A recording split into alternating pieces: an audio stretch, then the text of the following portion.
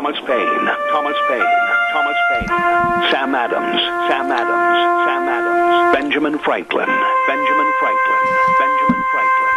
These men spoke up for what they thought was right. From their courage came such documents as the Declaration of Independence and the Constitution of the United States. From their willingness to speak what was sometimes unpopular but right, we enjoy such liberties as freedom of speech, the right to keep and bear arms, and freedom of religion. There are those who still wish to oppress our freedoms, and there are still patriots willing to stand up and defend life, liberty, and the pursuit of happiness.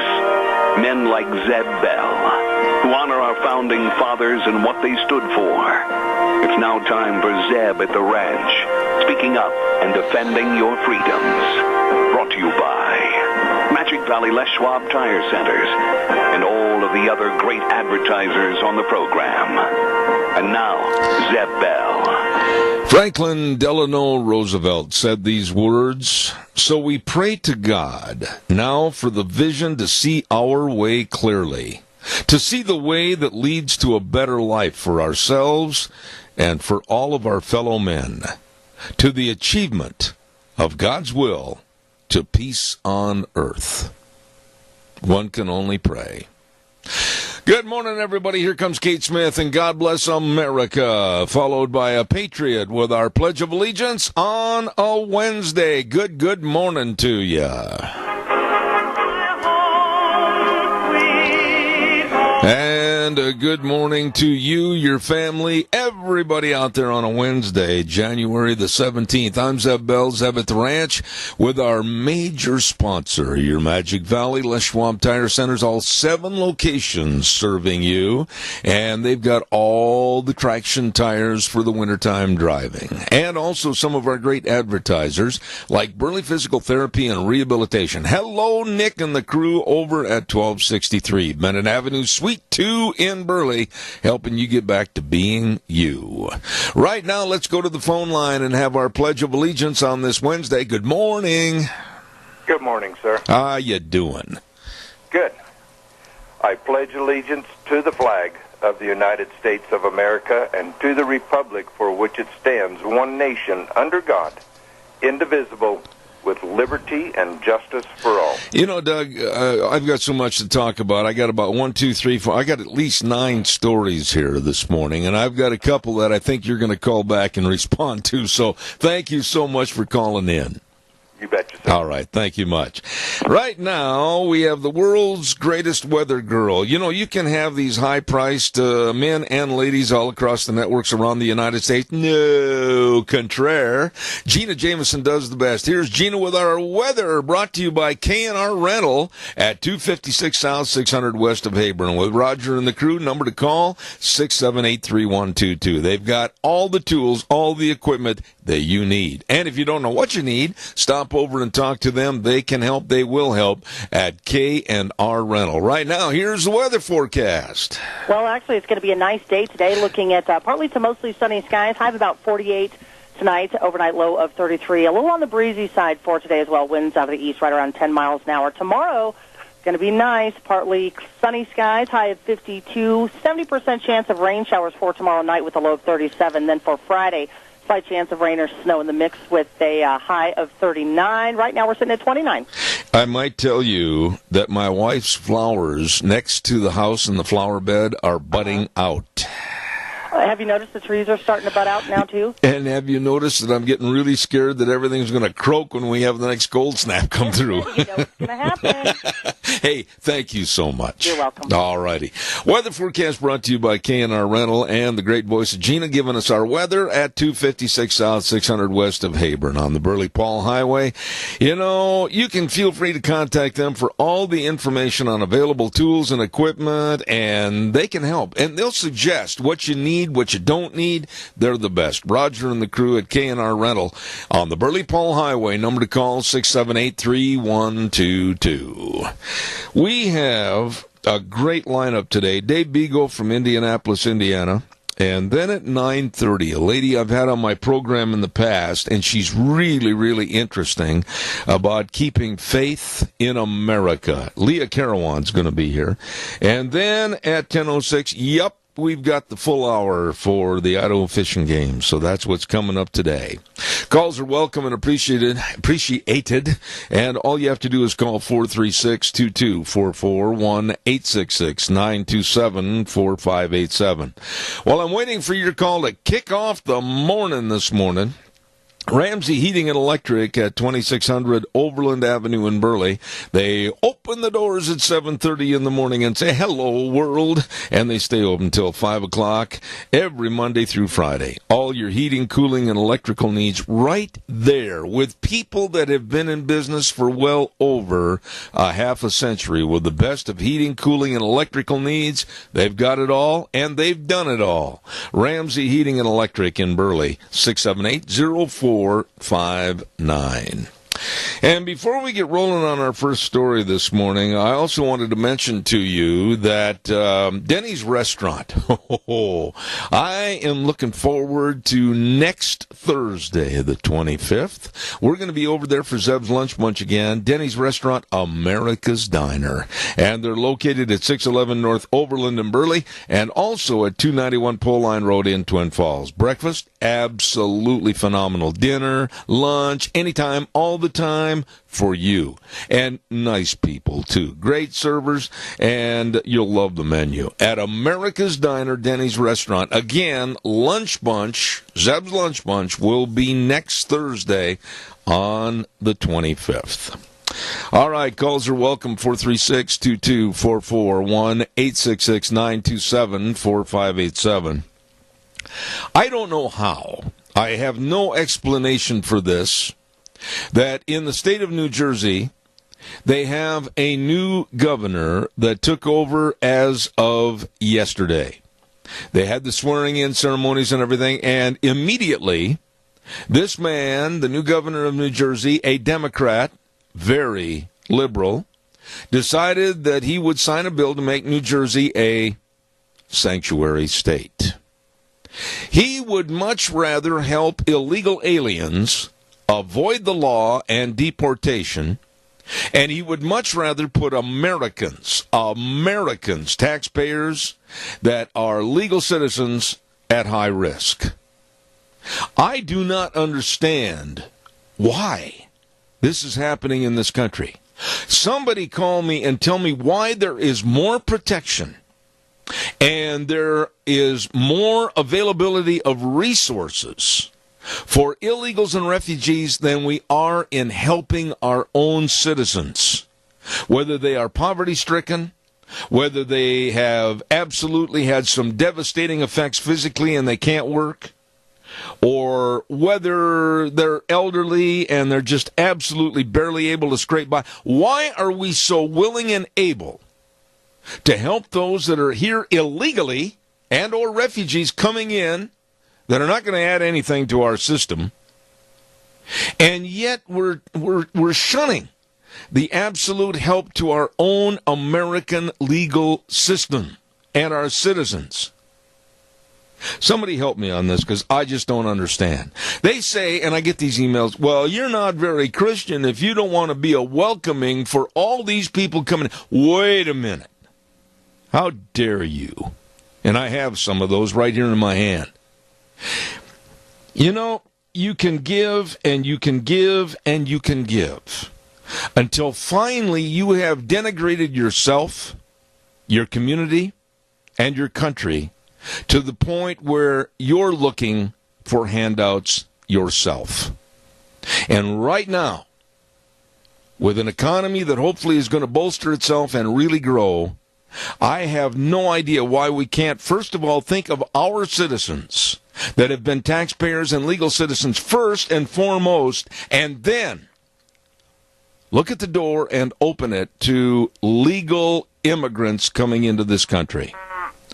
Caller, good morning. You're on the air. Yes. Good morning, Zeb. You know, the first thing that comes to my mind when I hear about sanctuary cities and these people condoning all this stuff, they have become hideouts and hangouts for our future terrorists. Absolutely. What's going to happen with these states when you get enough of these people in there? They're going to drive all the good people out of that state. I I am so upset about our immigration policies. I am so upset that the Democrats, and it proved yesterday, for heaven's sakes, Democratic Senator Cory Booker played the big theatrical tears campaign yesterday, sitting behind the microphone and crying and saying he sobbed when he heard that DACA might not be finalized. Wait a minute. I'd much rather sob and have real tears for people that are citizens in this country that are barely able to scrape by. You know, we've got, I don't know how many military personnel out here that have given their blood for this country, and they are not giving as much recognition to these wounded veterans and the rest of us who have served our country. But these liberal governors and the rest of these liberal politicians will give these people whatever they want, and they'll promise them they'll never have to work a day in their life again. You know, Tony, let me ask you something, and I'm going to be very rude here, and I don't mean to embarrass you. You're such a good friend of mine. But right now, how old are you, if you don't mind my asking? We'll be 88 in a couple of months. And you are astoundingly sharp, and I very much relish your opinion on this radio program. But in your 88 years, honestly, did you ever think that this country, this great country of America, would basically turn their back on their own citizens and provide more in help and assistance to people that don't even belong here legally? Well, what too many people don't realize is the way we're going right now, this country is finished. And it's going to get to a point where it'll go over the cliff and we'll never get it back. These people don't belong here. Their own governments are sending their welfare recipients over to our country to end up on the backs of the American taxpayers. Yeah. Yeah. Why doesn't their own country take the responsibility of their own welfare people instead of dumping these people here in the United States? One step further. Why don't those people that are citizens of, whether it's Venezuela, whether it's Costa Rica, whether it's any other country, why don't they have enough pride in their own country to try to band together to make their situation in their country better, with better representation, better government controls and regulations, and better help to their citizenry? I am sick and tired of us being the sponge that has to absorb everyone. Well, the big difference is if they demonstrate over there, they get shot. When they come over here, they're protected by the Democratic Party. You know, that's such a good point. Over there, they get shot. Over here, we hand them a check. What's going on? That's right. Tony, God bless you and Mary. I'm really disgusted. I am too. Having come from back east, and I've seen what happened to many cities over there in my lifetime, I see it happening right here in Twin Falls. And I don't know. I don't know where this is going to end up.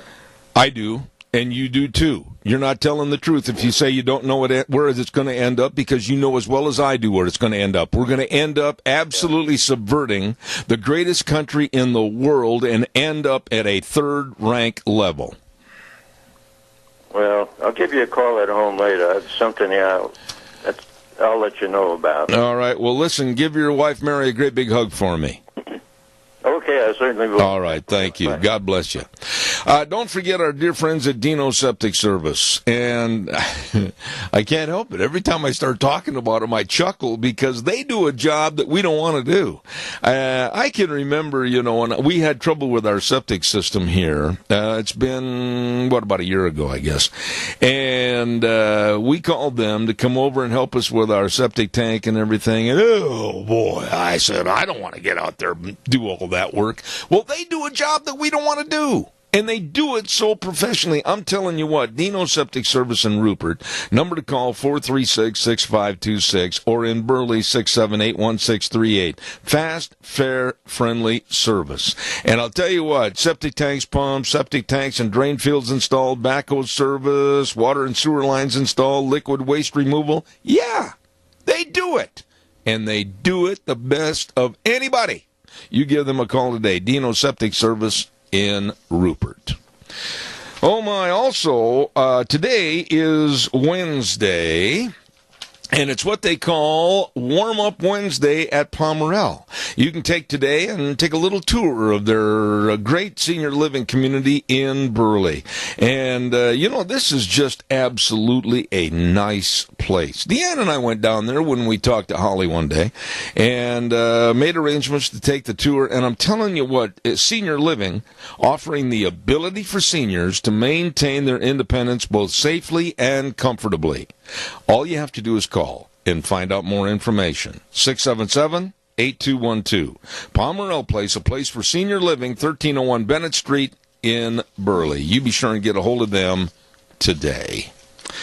All right, calls are welcome and appreciated. I guess the question is, for my audience out there this morning, do you care about the lax, open border immigration, invite all, come on in all attitude that the Democrats want to have if they regain the power of the Congress, the House and the Senate, and their hopes of regaining the Oval Office? Do you care? Or do you think we should be a welcome everybody? We don't care if you try to come in and have your culture here. We don't care if you try to change our laws to fit your laws that you ran from. We don't care. Everybody, come on in. It's a big, happy kumbaya party. Or should we abide by the laws that have made this great country great for over 250 years? We have borders. We have state borders. And we have laws and regulations. But these Democrats, and I point my finger at them in total disgust, they want to break the law. They want to supersede the law. And they want to trash the law. And help illegal citizens of other countries come here at our expense. What are your thoughts? Come on, give me a call. The one thing I want to say here right now, I'm going to inject this quickly.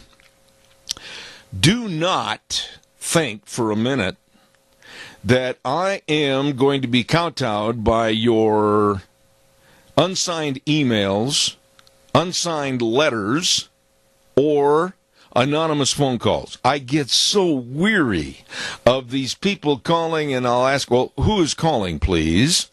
And you don't need to know that. Well, that's the coward's way out. I'm sitting on a radio program where my name is plastered all over everything. Zeb at the Ranch, Zeb Bell, blah, blah, blah. And then I get these people that are so brave,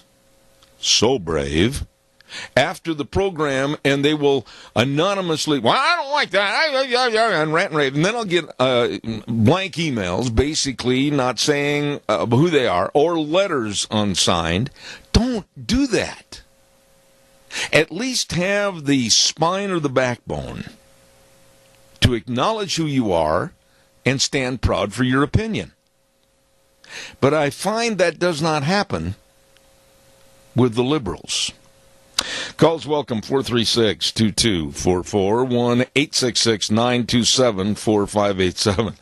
It's almost a comedy sometimes. I'll get a cell phone call. Well, I didn't like this, and I thought you were wrong on that. Well, who's calling, please? You don't need to know that. Well, you coward. Go drink some buttermilk. Burley Physical Therapy and Rehabilitation, 1263 Bennett Avenue, Suite 2 in Burley. Hello, Nick. Hello, the whole crew of great physical therapists over there, and they are. All you need to do is call them at 678-1191 and make an appointment if you're just trying to recoup from a surgery or a bad fall or some strained muscles. Hey, they have all the exercises, all of them, and they really do a thorough examination of what you need and how it's going to benefit you.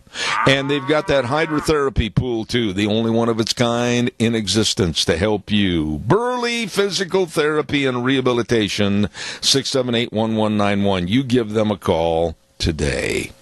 Caller, thank you for your time. Go ahead. Zev, it's Earl Worthen. Hello, Earl. I've got a question for you. Okay. I hope I know your memory's stronger than mine is. But during the construction at Chobani's, that yogurt factory there in Twin Falls. Okay. wasn't there Soviet planes delivering supplies for the building of that plant? I would say this, Earl, to that degree of what was the delivering source or not, I would absolutely stand here or sit here as it is and tell you I don't have a clue. I would not even make a reference to that because I'll tell you what, you and I have talked privately and on the radio. I never speculate. I only give hardcore truths to the point where I know something or I don't know something. And so this follows underneath the category of I don't know. May I ask if there's somebody in your audience that could answer that? Yeah, you certainly can, and I think I'd be real careful of the information provided by somebody that thinks they know more than someone else without any verified fact. But I personally, I'll do some checking on it too, but I don't. One thing I'm really careful and I'm very strict on, Earl, is that if somebody says this is red, it better be red. If somebody says it's blue, it better be blue, or I won't put it on the radio. That's why I'm asking. Yeah. I didn't have another source to go to, and I'm sure somebody there would remember. But it seems like I read that in the Times News probably, maybe 10, 15 years ago. Yeah, I'll tell you what, if you find out anything that can be legitimized and verified, you call me anytime, and we'll get it on the program, I promise. Sure, appreciate it. Appreciate your listeners. All right. Thank you, Earl. Appreciate it. Caller, I'm going to ask you to stand by just for a quick second. I want to tell everybody about Sophie's Chatterbox. Oh, my goodness. They're now making wedding cakes. Did you know that? And I have a picture on my cell phone of all the absolutely phenomenal cakes that they can make for you over there at Sophie's Chatterbox, 530 East Street in Rupert. Oh, my. And catering, too. Call them today at 436-0354. Sophie's Chatterbox making wedding cakes at 530 East Street in Rupert. Caller, good morning. You're on the air. Good morning, sir. Yes, sir. Yeah, that New Jersey governor, he's a work of art, isn't he? Well, no, in all seriousness, I'm not going to sit here and just continually damn him, even though I have already. But let me ask you something, Doug. We see it in California. We see it in Chicago. We see it in New York. We hear about it now going to start up in New Jersey. A complete thumbing people's noses at rules, regulatory, and laws in this country. We're looking for chaos, buddy. We are. And I was listening to a show yesterday, and that Greg Jared, Yeah. he's a lawyer. Yep. And he says these officials that do not uphold the federal law can be charged with a felony. Yep. One, if they withhold the felony, it can be 5 years. If someone is injured, I think he said it could be 20 years. And if someone dies, it could be life. Why is official? Yeah, why is there, in your opinion, and caller number 2, don't you dare go away. I'll be right with you, I promise. I'm getting a little feedback on my headsets over at the station, if you would, please. Doug, why is there such a fear, and I want really your insight on this, from the Republican Party to back off and not pursue to the nth degree prosecution for these idiots that call themselves mayors of sanctuary cities? Well, most of the Republicans back there are part of the problem. I agree.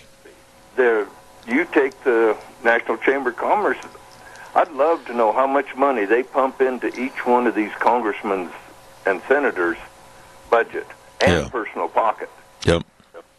Because the lobbyists don't want DACA to be taken care of. They do not want a wall, because if they do, they can't keep getting low-wage workers in for their companies. That's right.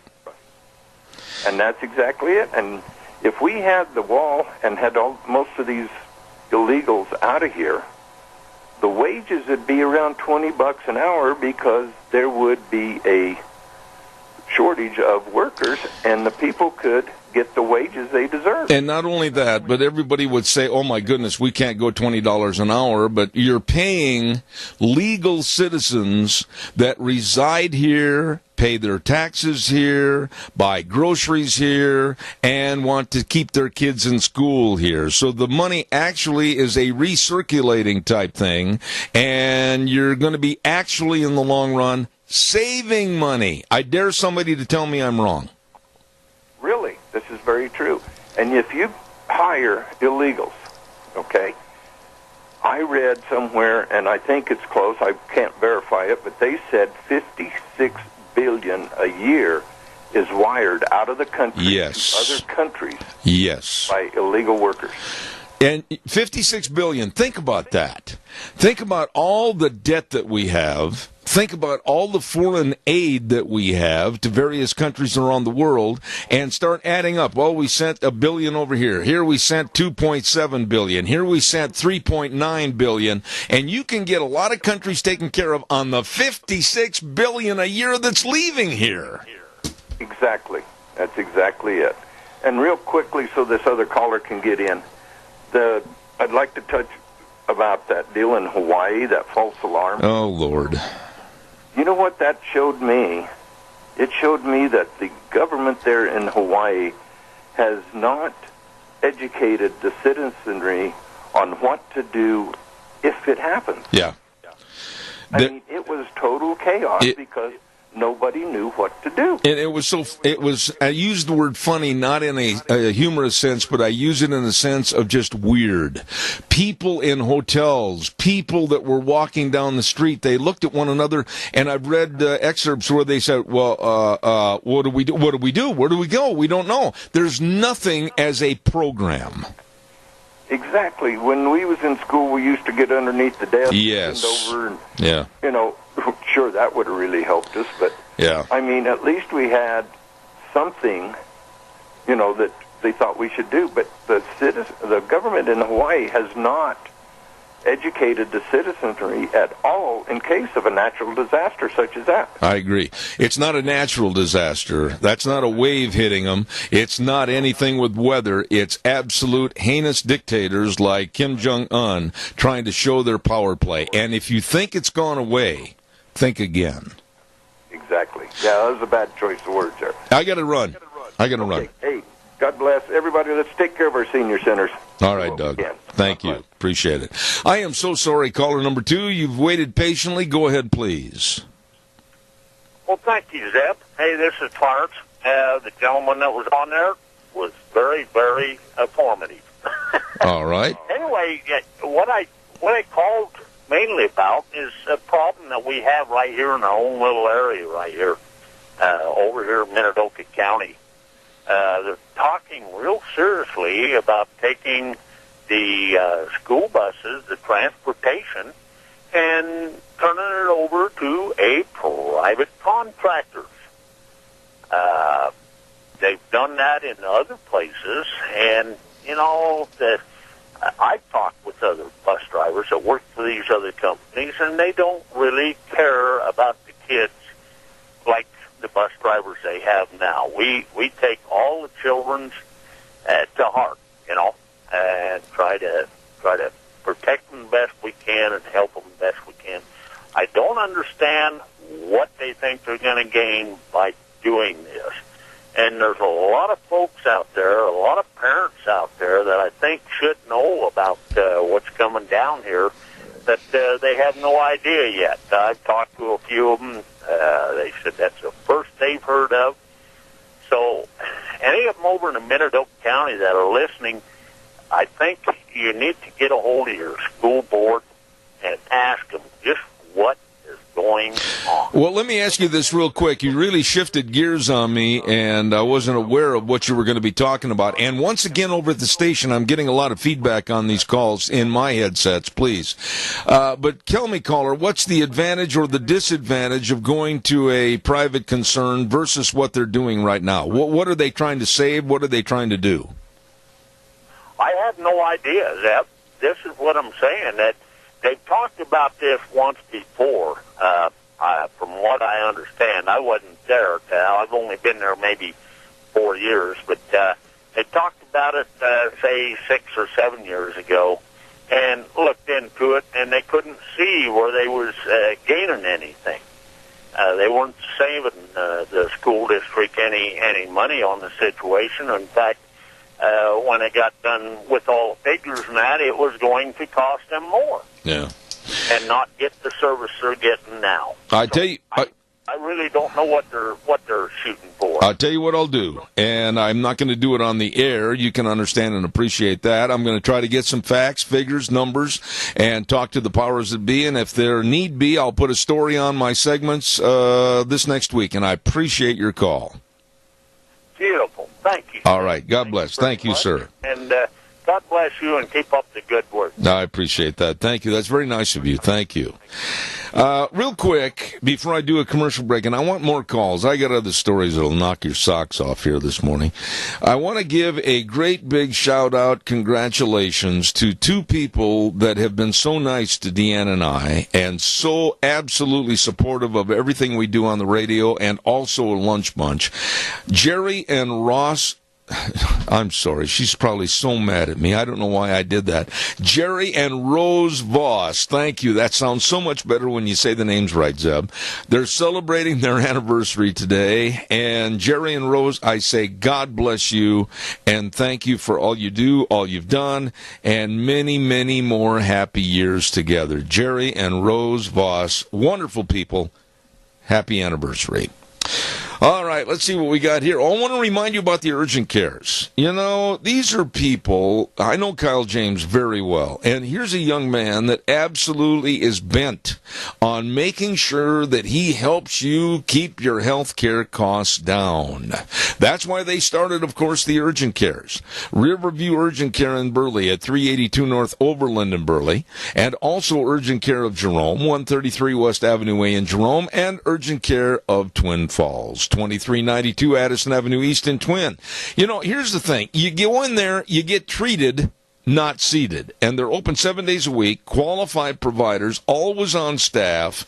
And believe me, they offer so much to you and your family to take care of cuts and lacerations and sprains and strains and fractures, and for companies, drug screening and DOT physicals and much, much more. Much more. Please remember the urgent cares. Riverview Urgent Care in Burley, Urgent Care of Jerome, and Urgent Care of Twin Falls. Absolutely working for you, your family, and your business. Stop in and see them today. All right, let's get some calls coming in here. 436-2244, 1-866-927-4587. Did you hear? And I did. I listened to this. It was how do I want to phrase this? It was the most embarrassing press conference I have ever watched, ever on television. And when I say the word embarrassing, I'm talking about the stupidity and the lack of ability from the media. I have never seen grown adults, men and women, act in a more absolute, unprofessional, and childish, heavy on that word, manner in their absolutely ridiculous questions. Ridiculous questions. They found out that President Trump had gone in for his annual physical. And they devoted basically the whole press conference asking silly, frivolous, with a straight face questions about the president, his health, and his mental capacities. And some of the questions, I am not making this up. Some of the questions, a female reporter said, well, now, we know that President Trump likes ice cream. Does he eat 2 scoops or 1? What? I mean, here we have a situation where North Korea is threatening to be a nuclear dictator to the entire world. And this woman reporter that probably gets paid pretty good money for the newspaper she works for asks a stupid question like, now, does the president have 2 scoops of ice cream or 1? And then a male reporter a little bit later on said, well, now, You're talking about the president's health. Why does he eat cheeseburgers? Why does he eat cheeseburgers? Why do I like bratwurst? Why do I like baked beans? Why do I like cucumbers and radishes? Because I like them. I sat there and I was I looked at my wife and I said, this is insane. And then there were even questions about his sex life. I'm telling you, folks, with all the things that we have going on with ISIS, North Korea, our economy, which is absolutely in much better status with Trump, and DACA, and the wall, some ditzy reporters are going to ask about why he has maybe 1 scoop or 2 scoops of ice cream, and they're concerned about his sex life? Now, you tell me the media isn't completely off the rails.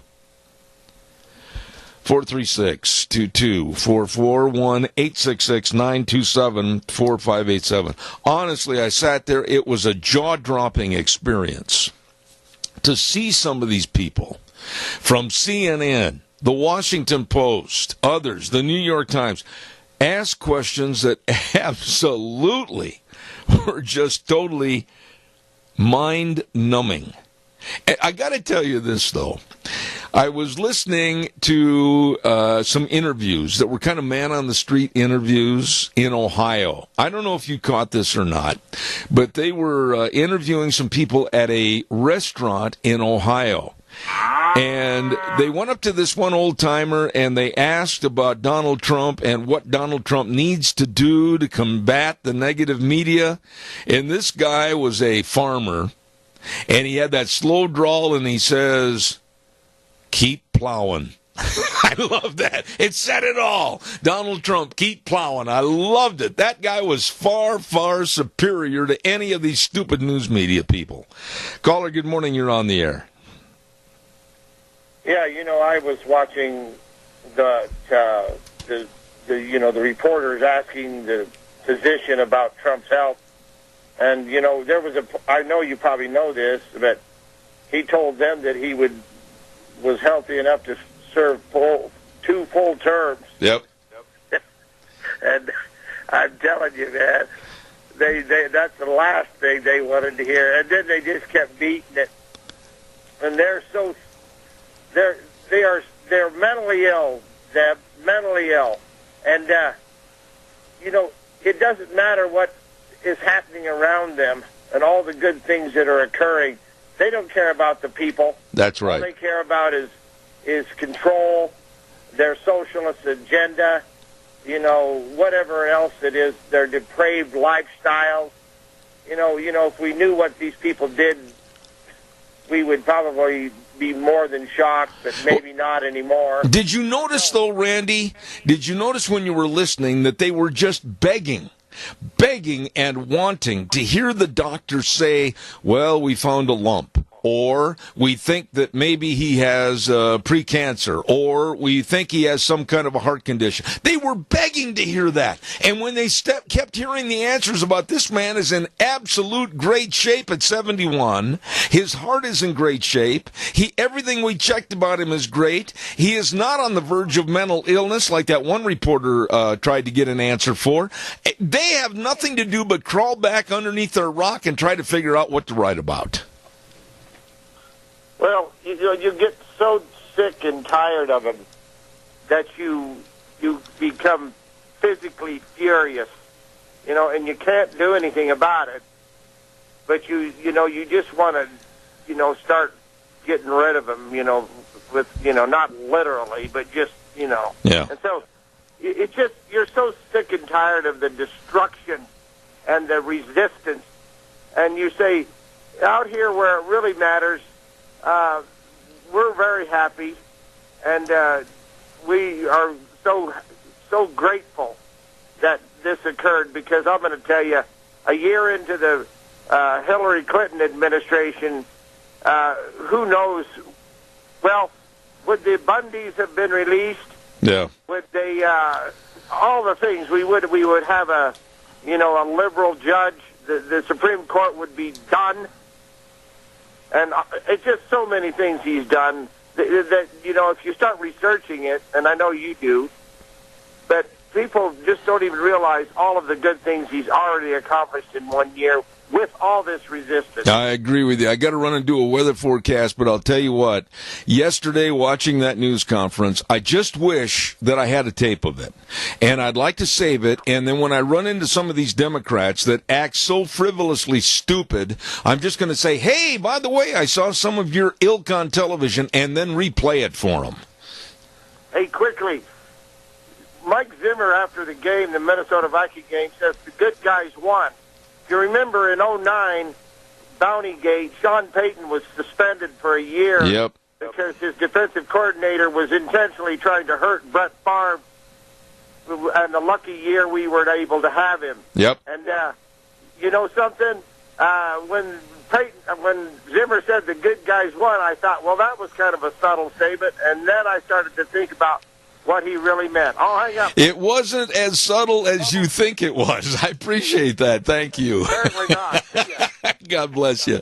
Oh, we got to get a weather forecast in here, and then we'll take some more of your calls. And I want to remind you about Mount Harrison Audiology and Hearing Aids with lovely Dr. Christine Pickup, the doctor of audiology. And you know what? Right now, with their new testing ability, they can help diagnose one of the most common causes of vertigo and provide follow-up testing to infants who fail the newborn hearing screening. They can do so much over at Mount Harrison Audiology and Hearing Aids. Right behind the Minidoka Hospital, across from the emergency room. You call for a hearing screening today, 312-0957. And right now, here's Gina with the weather. Enjoy the sunshine while we have it, because it looks like there's some precipitation in the forecast. Here is your weather forecast. Mostly sunny skies for today. High of 46, a little on the breezy side. East winds right around 10 miles an hour. Gusts possible as high as 20.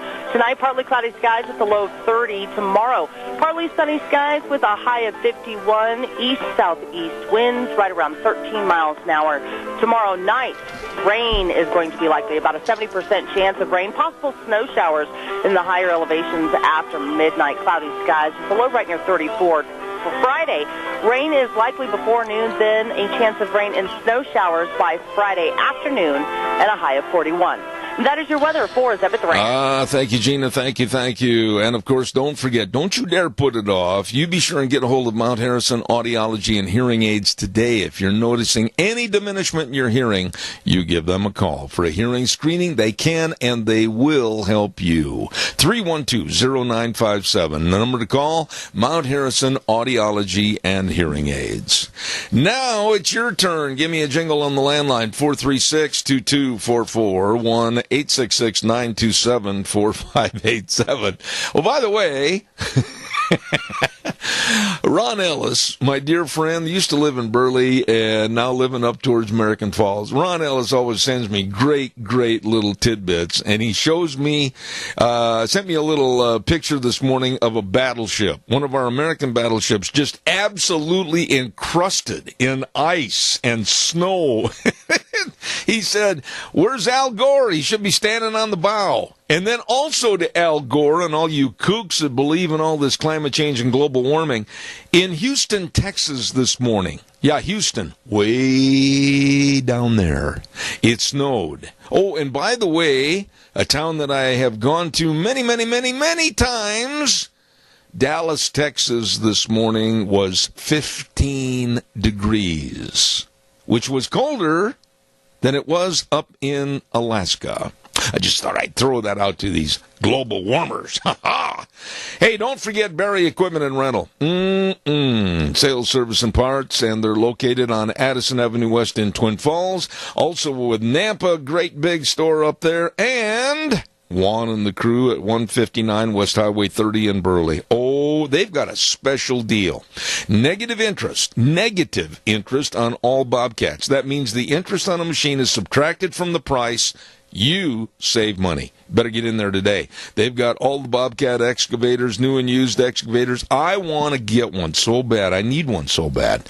All shapes and sizes. So be sure and check out all the equipment rentals, retail equipment sales, Barry Equipment and Rental.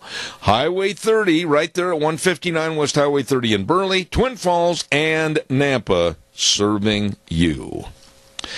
Let's see what else. You know, I was mentioning earlier that Cory Booker, he is the senator that wants to run for the presidency in 2020. Oh, my gosh. Did you see or hear at the hearing yesterday when he was interviewing and asking questions to the Department of Homeland Security Secretary, and this poor lady sat there and had to absorb Cory Booker's theatrics. And he sat there, I'm paraphrasing a lot of it, but I cried. I had tears running down my cheeks when I heard the remarks of President Trump. And I think about all these DACA dreamers. Oh, my goodness. It was absolutely enough to make food spoil in the refrigerator. I have never in my life seen a grown man make such a complete jackass out of himself as Cory Booker did yesterday. And he is going to be running for the presidency. That should be about 10 million flags in color red that say, good heavens. We can't have that kind of a guy in the Oval Office. The slightest little altercation or problem, and I don't know what I'm going to do. My, these Democrats, I'm telling you, they don't need to check Trump's mental stability. They need to hire about 1 million psychiatrists and send them to the Democratic Party. Calls welcome, 436-2244, 1-866-927-4587. Don't forget, like Gina said, we're going to start getting rain, and then you know that we've got a lot of winter left. And you're going to see the snow, the ice, the muck, the yuck all over the highways. Well, get through it. Get through it with the right traction tires for your cars, pickups, SUVs, tires like the City R202 or the Wintercat SST. Yeah, get through that stuff. And don't forget, too, they've got all the tire chains. And, of course, they've got the best in brake service, front-end alignment, shocks and struts, batteries, all there at 7 locations. Lane and Rupert, Dave on Blue Lakes and Twin, Mike and Buell, Mike and Jerome, the Twist family and Paul, Daniel on Poline in Twin Falls, and Randy on Overland in Burley. Doing the right things matters. And they do the right thing. At your Magic Valley Les Schwab Tire Centers. I tell you what, the left, you got to wonder if they're all put together and all the nails are tight. I'm telling you. Oh, and then let's see what else have I got in the news here this morning. This is really, I laughed when I first heard this. I thought it was a joke. It's not funny. Teens today, I don't know why this ever got started. And I don't know why it is still continuing. But they are eating Tide soap pods. When I first heard this story, I looked and I thought, oh my goodness, it's just a kind of a fraternity prank or something. No, it's not. They're kids, teenagers, are daring other kids to eat Tide soap pods. And there was even a plea from some people yesterday, oh, well, Tide soap, you got to stop making these pods. Wait a minute. These are teenagers. They should be old enough to realize you don't eat soap.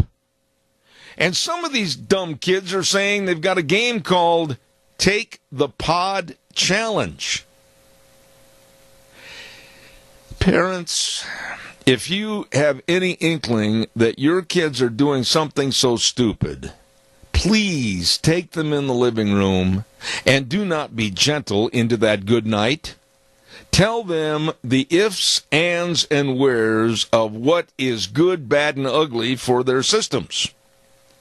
There have been teenagers die from this. It's just absolutely unbelievable. The Tide Pod Challenge. No end. Absolutely no end of stupidity and idiocy. Well, right now we're going to take a little break and send it back over to the big boys. They're going to come in and mess everything up at the network. And we'll be back with Dave Bego at about 9:06. So don't go away. Zeb at the Ranch, you have a wonderful day. And leave the dial right here. Dave Bego, Leah Carawan, and the Fish and Game Report. Stay tuned.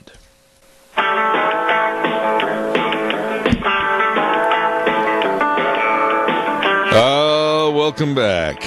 One of those mornings. Good morning, Zeb at the Ranch, and glad to have you with us. I'm Zeb Bell, and thank you to our major sponsor, your Magic Valley Les Schwab Tire Centers, all 7 locations serving you, and of course some of our great advertisers like Burley Physical Therapy and Rehabilitation. They can get you back to feeling like you. They're located at 1263 Bennett Avenue, Suite 2 in Burley. We've had a change, and we just barely got word not more than 5 minutes ago that Dave Bego's not going to be on the phone with us this morning, and so we're going to make some changes and alterations, and we're going to have another gentleman kind of jump in, grab the baseball bat, and pinch hit, so we'll be right to that. Right now, I also want to have a good word for our friends at Western Waste Services. From the canyons of the Snake River and all across southern Idaho, we're always at your disposal. Western Waste Services, we care about our community, our resources, and this great land. Western Waste Services is lending a hand, always at your disposal. Western Waste Services, and I keep telling you that whether it's getting on the route service and having your garbage picked up once a week, or whether it's getting one of those dumpsters and start a cleaning campaign, maybe it's your basement, your garage, my office, I'll tell you what, they can help you, they will help you. They are always at your disposal. Remember, Western Waste Services, 734-6969. Wonderful people serving you. By the way, too, before we get started on this half hour, I want to remind you about our dear friends at Hanson Mortuary. Hello, Joel Heward, his family, and his staff, always serving you with the highest ethical standards with unquestioned integrity. When there's the passing of a loved one, they are there. They are there to serve you. They can also come to your rural towns and churches to help you with all the arrangements. Remember, Hanson Mortuary, 710 6th Street in Rupert. Number to call, 436-5636. That number again, 436-5636. And Joel Heward, serving you at Hanson Mortuary and at Hanson Payne Mortuary on East Main in Burley. I believe right now we're going to have a little change, and we're going to be talking to Alex Judd. And Alex, of course, with the urgent cares in the Magic Valley, around Twin Falls, Jerome, and in Burley. Let's see if he's on the line. Alex, are you there? Yes, sir. How are you this morning? I am fantabulous. Hey, what have you got for new innovative ideas over there? I talked to Kyle James the other day, and he said you had some new good things coming to serve the public. We do, actually. We're expanding all of our occupational health services. By the way, Alex, let me interrupt you there for a second. Are you talking on a speakerphone? I am not. Let me step out here into a different room. Okay. Yeah, it's really hollow. If you could, I'd appreciate that. I hate cell phones with a passion, but go ahead. I'm sorry to interrupt you. Go ahead. No, actually, we expand all our occupational health services. We can take care of all your drug testing needs, pre, post, random, even on-site collection, DOT collections, DOT physicals, pre-employment physicals. Basically, you name it. If you need it, we can do it, and we kind of do it all for you under one roof. We're kind of a one-stop shop. Well, now, when you say that for these businesses and the DOT physicals and drug screening and everything, what kind of a time is there? I mean, people can come in, they can literally walk in anytime you're open, and the time factor is so much handier. Yeah, we're open 9 to 9, Monday through Saturday, 9 to 3 on Sunday in our Twin and Burley locations, 9 to 7 Monday through Friday in Jerome, and then 9 to 3 on the weekends. Okay. But if you ever need an appointment, we can service you at any time. You know, one of the things we've been telling people is that with healthcare costs, absolutely the sky's the limit. You folks at the urgent cares are doing everything you can to keep healthcare costs down. Give us a little explanation as to how and why. Basically, 100% correct. We actually, what we call it is our affiliate program. But basically what it is we charge businesses and families at basically a discounted rate that they can, use any time. Like I said, you never need an appointment. But you, with that discounted rate, insurances, most people are never going to meet your deductible. And insurances know that. So people need to keep their out-of-pocket expenses as low as possible. And so we try to help them with that. And then we also have businesses that, they want to offer their employees a benefit, but it's just so expensive. Yeah. And this allows them to do stuff like that. And we can kind of customize it to whatever a business needs.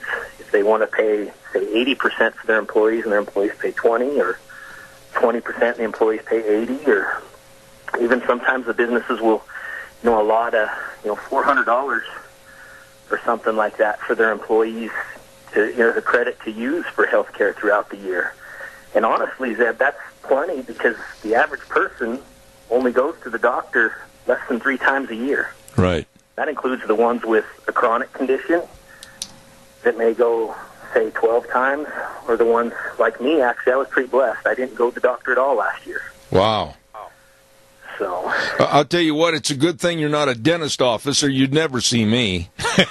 Yeah, that's true. But, honestly, if you need to go to the doctor more than 3 times a year, you've got maybe more of a chronic condition and you're looking for more specialized care. 96% of everything else we can handle. You don't need an appointment. We can accommodate hours that work for your schedule. It's kind of common sense healthcare. Absolutely. There's something right there that I wanted to pursue a little bit, and I really appreciate the fact that you're kind of jumping into the fray this morning with hardly any preparation. But, people today, I've said this on my program, I've had great doctors from Atlanta and all over the country on my program. People have got to take charge of their own health care, don't they? Boy, they do. If you just sit back and let the insurance companies manage your health care, you're going to pay more. You're not going to get as good a care.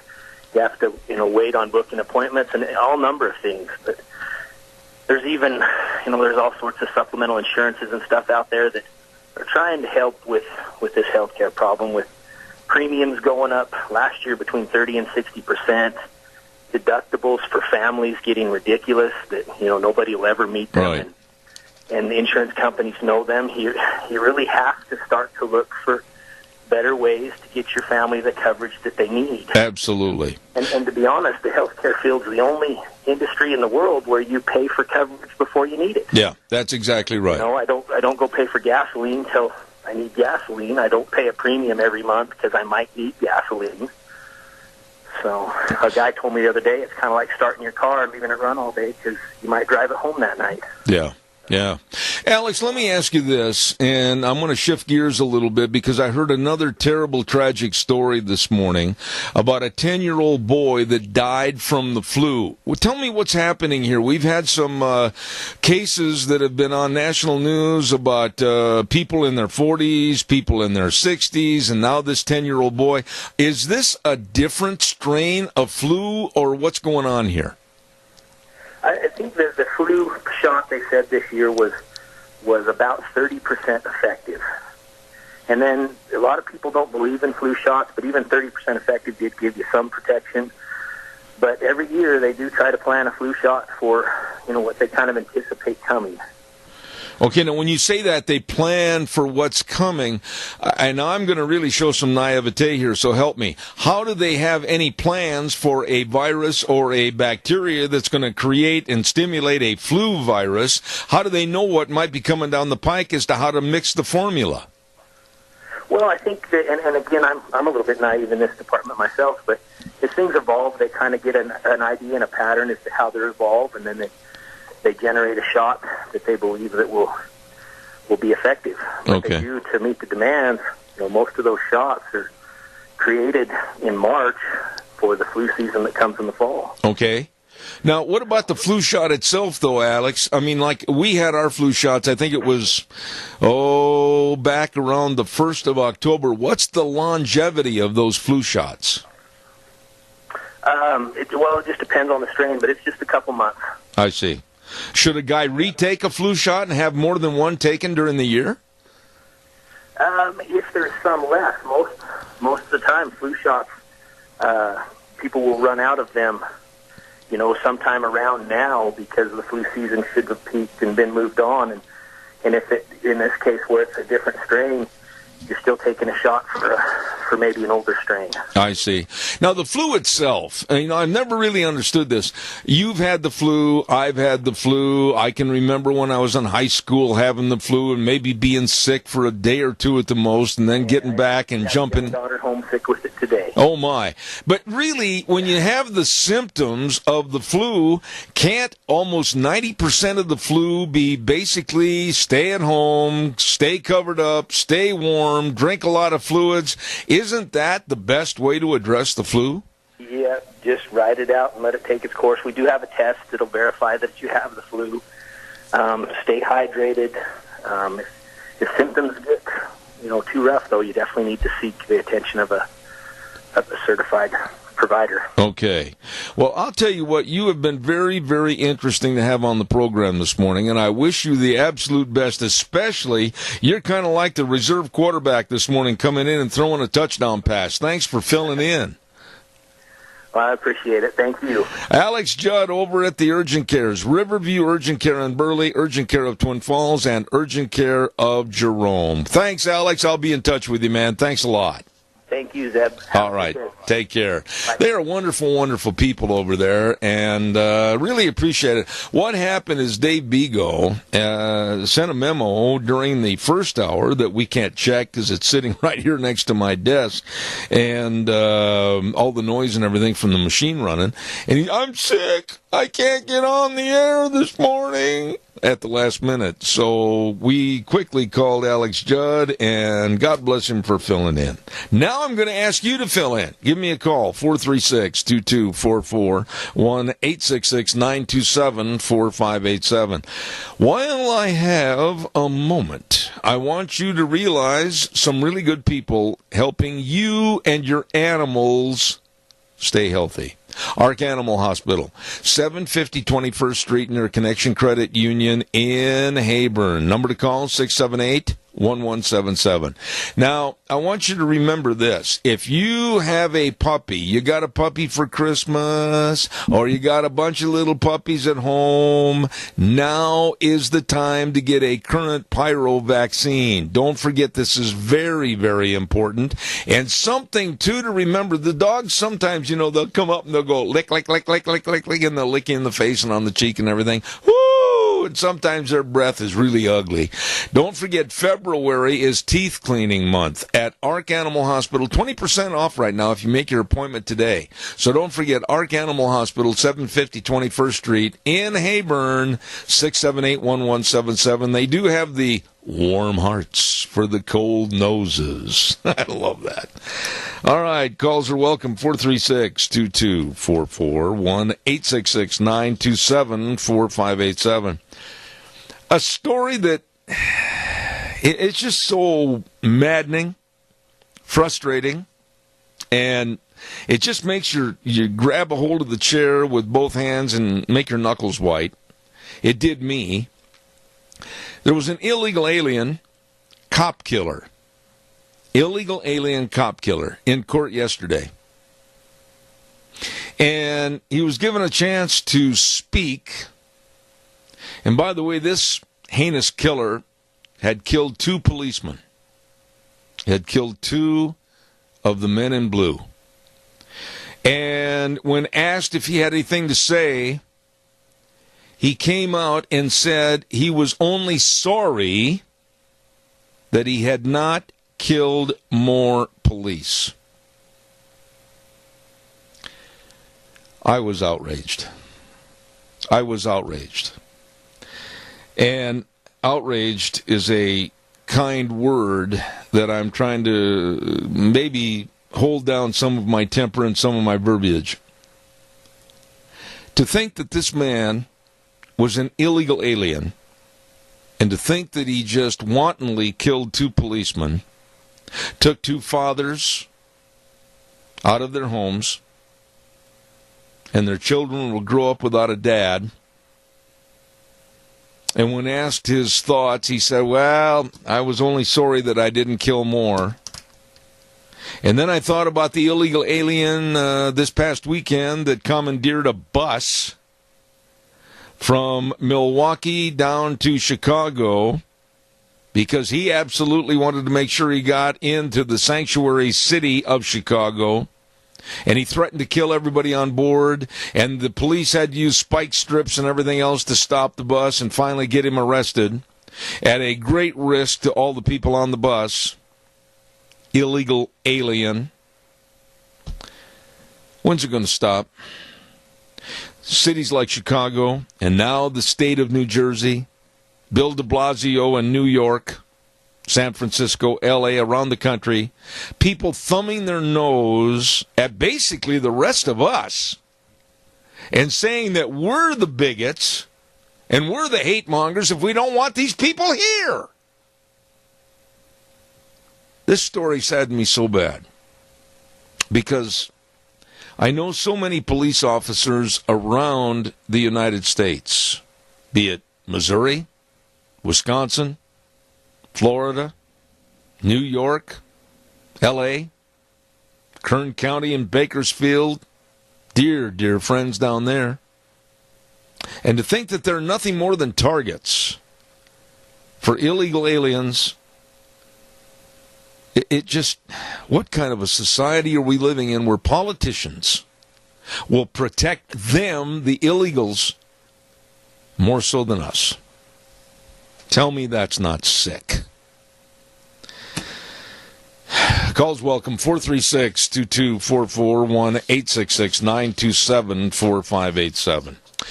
Out with the old and in with the new, and you can carpet your entire home. Listen to these prices. You better check on it today. Absolutely. Listen closely because you get floor carpeting, carpet pad, installation, and I'll tell you another thing.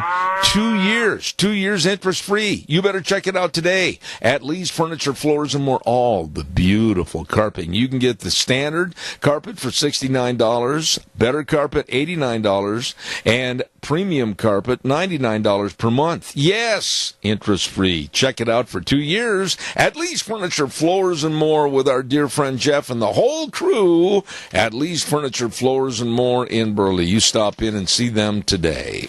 Caller, I'm sorry to keep you waiting. Good morning. You're on the air. Morning, Zeb. Yeah, think about the people who are killing police officers. I don't think there ought to be any jail time at all. It's next day at midnight or something. Put them, execute them. It's just they get kill our police officers. They're here illegally. They're not just police officers, like you say. They're husbands and fathers and sons and. Hold on, Riley. I'm having a hard time hearing you. They're not riding the gain over at the station, so I'm going to ask you to repeat that last little bit again. Please go ahead. They're not just our police officers. They're someone's sons and fathers and brothers, and not to mention the lady police ladies. They're mothers and daughters. Yeah. And anyway, to have somebody here illegally to begin with, and then to say something like that, I don't think that I'd be able to get the opportunity to spend 30 years behind bars waiting on death row to be put to death, living somewhat comfort. I don't think they should have to do that. I think we ought to change that policy a little bit. Why should you and your family, why should me and my family, why should we be subjected to basically a terrorism of these people being here, living here, and absolutely being held a safe haven in various cities around the United States, more so than we are? I mean, they're provided more safety and more benefits than we are. Yeah, I agree with you. It's wrong, but until we get rid of the people in power that wants to protect these kind of people, it ain't ever going to change. And that's the sad part. It seems like when you go to vote in some of these areas, your vote doesn't really count because it's always counterbalanced by those illegals coming in and voting illegally. Riley, you've touched on the whole thing right there. It's nothing more than a liberal vote gathering by letting the Democrats open the borders and just flood the United States with people that are going to vote Democratic because they're getting a free ride. You touched on it. Right there's the bottom line. That's true. Well, sir, I'll let you go, and you have a good day. All right, buddy. Thank you so much. This is it, folks. Can't you see the handwriting up on the wall? They want the open borders. They want these people here. Why? Because, oh, boy, come the next election, they're going to vote Democratic, and we're going to just absolutely clean house. That's what they want. I also wanted to comment this morning on one other story that I found really interesting, that 25% of the atheists in this country that were polled, 25%, 1 in 4, said that if all of a sudden things really became a crisis and they were literally with their backs up against the wall in a life or death situation, and some that they polled had been in that situation, they said they would get down on their knees and pray. Maybe there's hope after all. 1 in 4 said, yes, I would get down on my knees and pray. Amen. All right, don't forget our friends at Let's Ride, and they're located at 270 Highway 24 in Rupert, right between Rupert and the entire world. I'm telling you what, they've got the best of snowmobiles, and if you really want to have some fun outside, this is the place to go. What a showroom floor. They've got everything over there. Man, oh man, along with the snowmobiles, the four-wheelers, the side-by-sides, and then you go over to the accessory department. Woo! They've got it all. They've got it all. And one other thing I really want to mention to you, and it gets overlooked sometime, but to keep you running and always doing the best, having fun outside, they've got the best doggone service department around. They can keep you running. Absolutely. You get a hold of them today. Stop in. Let's Ride, 270 Highway 24 between Rupert and the World, open Monday through Friday, 9 to 6, Saturdays, 9 to 4. It is true. They are the original where the fun is sold over at Let's Ride. Absolutely. And if you're over in that area, too, I want to stress the fact that Cameron and Siemens Insurance, the insurance professionals, they can and will help you with all your life insurance, health insurance, retirement planning, employee benefits, all of this and more. And they're located right on Highway 24 going into Rupert. Now, the number to call, that's your responsibility. You call for an appointment today, and they are very responsive to your needs. 436-4424. Cameron and Siemens Insurance, Highway 24 in Rupert. 436-4424. By the way, I want to remind you on Tuesdays, every Tuesday, caller, I'll be right there, stand by, the legislative update at 9:30 every Tuesday, sponsored by Handy Truck Lines. Thank you very much. At 9:30 on Tuesdays. Caller, go ahead, you're on the air. Thank you. I think it's my turn. I'm not hearing very good this morning, Zeb. Yes, sir. I just wanted to mention we're having Swiss steak and all the trimmings at the seniors today for lunch. Everybody's welcome. You don't have to be a senior to stop and have lunch with us. Also, we could use some volunteer help in the kitchen, putting up meals on wheels and various things. So if you got a couple hours that you want to donate your time, give them a call over to the seniors at 208-878-8646, and they'll welcome your help. Hey, Joe, I've got a question. For you, Joe. Don't go away. And this is a burning question for those at home that want to know, inquiring minds, how did Swiss Steak get the name Swiss Steak? All right. I can't hardly hear you. I must have your wax this morning. Have a good day. All right, Joe. I don't know why in the world we're having trouble with the phone lines this morning, but I apologize. Joe Taylor inviting everybody over to the Senior Junction today for Swiss steak dinner, and it sounds really, really good. Let's go to the phone line right now, and I'm looking forward to having this lady. I hope she can hear me, and we have a good conversation. Things kind of went asunder here the last half hour. Let's say good morning to the lovely lady that's Executive Director of the Congressional Prayer Caucus Foundation, Leah Carawan. Good morning, Leah. How are you? Good morning, Zeb. I am great and glad to be with you this morning. You know, you've been on my program before, and I consider it a blessing to have you back here again today. And basically, tell me what you do. What's a day in the life of Leah Carawan with the Prayer Caucus? Oh, thank you, Zeb. Well, I have the distinct pleasure of working with the most amazing government leaders across this nation, and I know most people don't put amazing and wonderful and God-fearing in front of government leaders, but I sure do, because we have built and support and equip a united network of about 1,100 elected officials across the nation in Congress, in state legislatures, all across the nation, who are people just like you and I, who are committed to their faith, committed to their mission and their assignment as leaders of this nation. And I get to work with them, equip them, and tell people about them. All right, now yesterday was a big day. I was really hopeful I could get you on yesterday, but explain what happened on January 16th.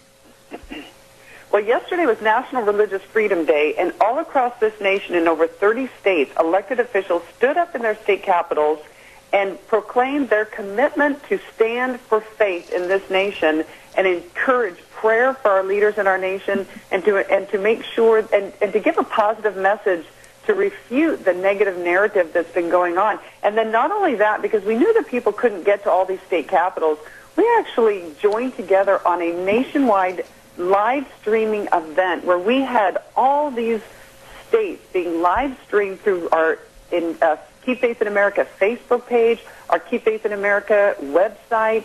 And we had not only the legislators, but we had celebrities and actors.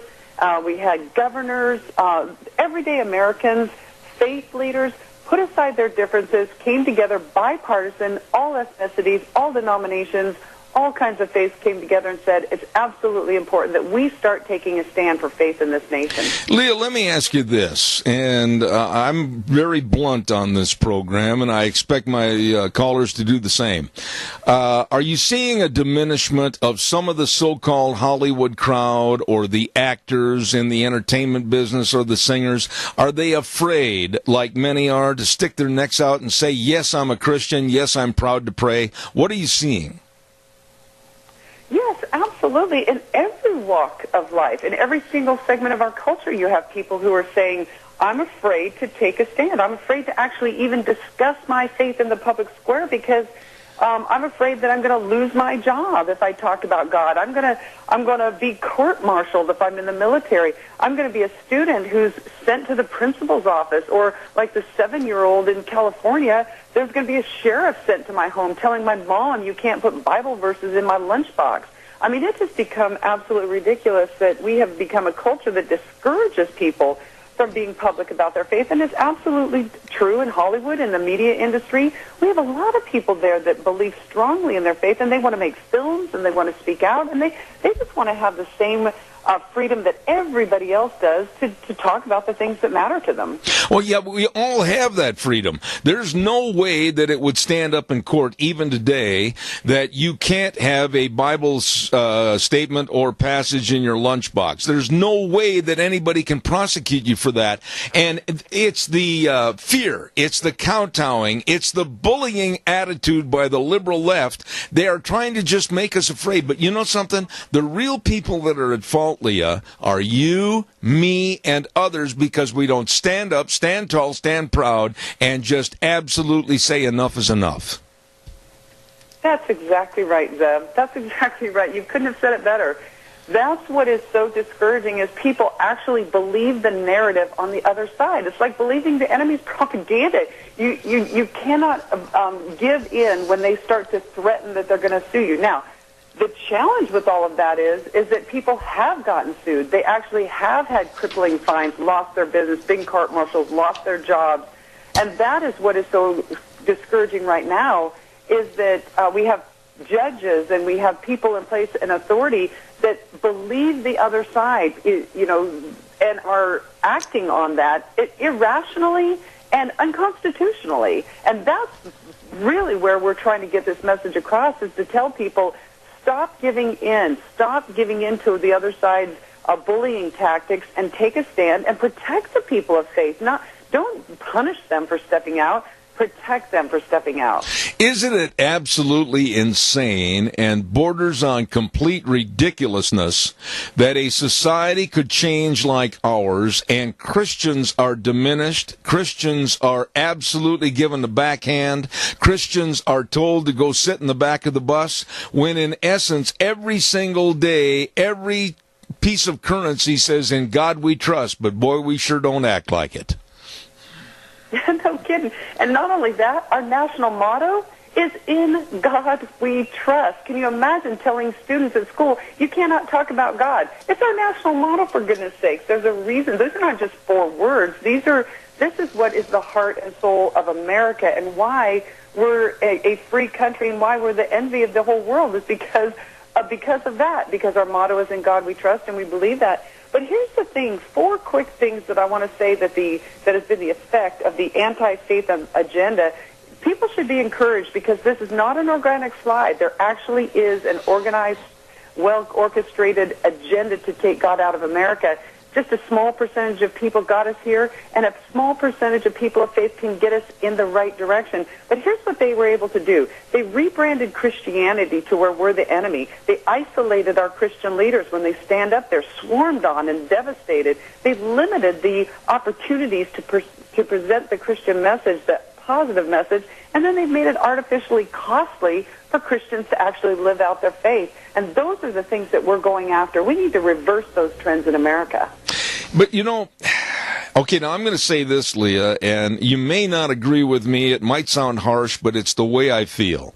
I think a lot of the problem that's going on in this country today, and the way it's being exacerbated and made bigger and larger, is the fault of the churches themselves, because the ministers, the preachers, the absolute people standing behind the pulpit are not being forceful enough to tell the people in the congregation what the problems are and what they need to do. Well, and being that I'm not a pastor, I try to let the pastors speak about that. I know we have some strong pastors who are saying exactly what you're saying. They're speaking to their own. They're speaking to their peers. They feel strongly. As I'm not a pastor, I don't know the pressures they're under, but I agree with you. People of faith listen to their pastors. They listen to their leaders. And if our leaders are not talking about these issues, these everyday issues that we're facing in the public square, if they don't remind Christians that you have a responsibility not just to talk to people about being saved and becoming Christian, you have the responsibility to actually impact the culture that you live in for positive things. Not only the responsibility, but it's imperative in America that you do, if you want to remain a free republic anyway, pass that on to your kids and grandkids. But I absolutely think that if we are not talking about it from the leaders of the church, there's a void, and guess who they're listening to? The media. The other side is ready to fill their heads with lies and misapplication, misinformation. And if that's all they're getting, then of course we have the nation going in the direction we're going now. Let me ask you, groups like, and I find these people to be vile and just absolutely at a very subliminal low level in society, and I'm talking about freedom from religion groups that stemmed out of Wisconsin and have grown like a cancer across this United States. How do we combat these people? Well, I think one of the ways we do it is just exposing them. If people have started to understand that there is a group of funders that are funding nearly 100 organizations whose purpose is to muzzle Christians and remove God from the conversation in America's future and create chaos. And we're seeing it everywhere. And they're united and they're well-funded. And we absolutely, Americans, we don't like being manipulated. We don't like being pushed like this in ways that we don't believe. We don't like all this hidden agenda that the other side is doing. And I think if we expose them, the more we talk about them, the more that we show people where this is really coming from and what the purpose is behind it, to take down the very freedoms that everybody so prizes. I'm hoping that if we just expose this, it will at least take us in the right direction. Second thing is that we also need to equip people of what to do. I believe there's a lot of people out in America right now that say, I get it, I don't like what they're doing, I just don't know how to combat it. And that's why we put forth Keep Faith in America, so that we could be strategic, we could be united, we could with one voice withstand what they're doing. You know, we have over 30 organizations that were a part of Keep Faith in America yesterday, and this is just the beginning, Zeb. We have an entire strategy that's rolling out beginning yesterday, and I'm excited for people to hear about it and join it.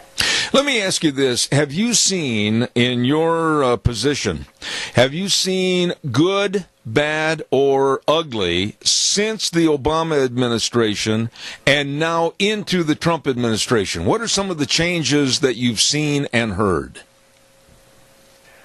Well, honestly, this last year, the atmosphere for people of faith in general has absolutely opened up in a positive way. We have an administration right now who absolutely is committed in every way to protect religious freedom.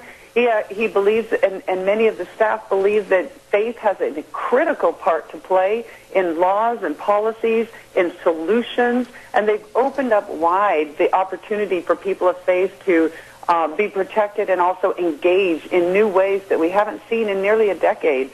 So we're really hopeful. We're excited. We feel like we have a moment in time right now where we really can turn the nation in a new direction. So, it's been positive in a lot of ways. Now, you don't change the culture just by getting in a new leader. We have an environment and an opportunity, but it's not his job to make sure that people of faith and that this culture remembers our faith. It's our job, and you've said that a couple times. We must step up. It's we the people, for the people, by the people. It's incumbent upon us to say, we do not want a culture in which we are muzzled and we can't actually talk about our faith in the public square, and we're going to do something about it. And I've said this many times on my program. A lot of people will find this redundant. But, Leah, when this has happened to me personally, I do a lot of public speaking and have worked probably more performances in front of the public than most entertainers. And I was told one time that I could not do a prayer before an event. And I've always done a prayer before an event, and they said, we don't want you to do it today because we had a complaint yesterday. Well, that's all the more reason that we should stand up, and I did, and I said, well, I'm sorry, then find yourself another announcer, because I've done this prayer every time I've opened up my particular performance, and I'm not going to stop for one person. And I think Christians have to stand up and say, no, I'm going to continue to do it this way. You're exactly right, Zeb. And here's the thing that you're saying that is so absolutely critical, is that those complaints, really, we're going to change the entire nation for one complaint, two complaints. Some of them are true, some of them are relevant, some of them are false and fake and have been planted there. But here's the thing that's critical. Not only Christians should be protecting our right to be able to open up in prayer, but everybody should. Because what they don't understand is if one or two people begin dictating to everybody that the First Amendment is not going to be applied here. The First Amendment's not real. You don't actually have religious freedom. You can't live out your faith. We are not going to be a nation where we embrace Judeo-Christian principles. If we all start saying that, just imagine where this nation is going to go. We've already seen the hatred and the division and the hostility. And people of faith bring the opposite there. We bring civility. We bring generosity. We bring kindness. People of faith bring, and biblical principles and living according to these things is why we have a nation where we've been able to come together and unite and resolve our issues. And the second thing I want to just say too is that what you said is right. It's the people who are stopping these things and telling people like you that we can't do it. If we all stop letting ourselves be bullied, and we stand up and say, I'm sorry, I am going to keep doing it. And that's exactly why we did what we did yesterday. Can you imagine across the nation, we had hundreds of government leaders. And why did we start with the government leaders? Because we wanted everybody to know at the highest level in our country, they are standing on their Capitol steps in public buildings, and they are saying, you can pray, we must pray, we are going to pray, and you are not going to stop us, and we want to provide the environment and the place for everybody at every school, every business, every Hollywood set. Pray and keep praying and stand for your faith. You know, and not to kind of beat this thing to death, so to speak, the other day I was absolutely shocked that the Longwood, Florida City Council, they had a couple of complaints, and so therefore they said, well, we won't pray anymore before our city council meetings.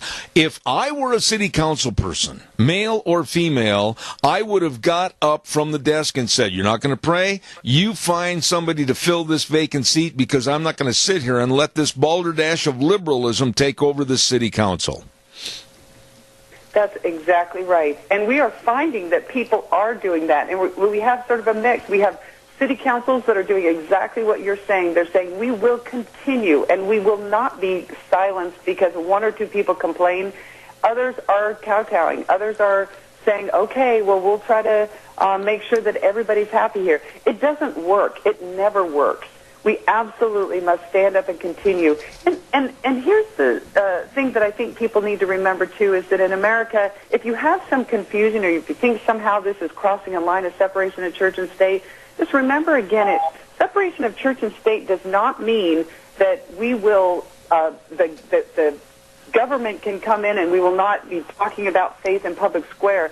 Separation of church and state means that the government will not interfere with your right to practice your faith. That's right. And these are two crucial distinctions, and we have to remember that that's exactly what we have in America. The government will absolutely not interfere when you want to practice your faith in the public square. You know, and Leah, really, what you touched on right there, and I'm almost out of time, but today, right now, this minute, this hour, there are politicians in Washington, D.C. that have the absolute naivete and have probably never read the Constitution or ever understood what took place with Thomas Jefferson, etc., and they honestly, in their subtle little blank mind, still believe that there is a separation of church and state. That is as completely erroneous as anything could be, but they believe it.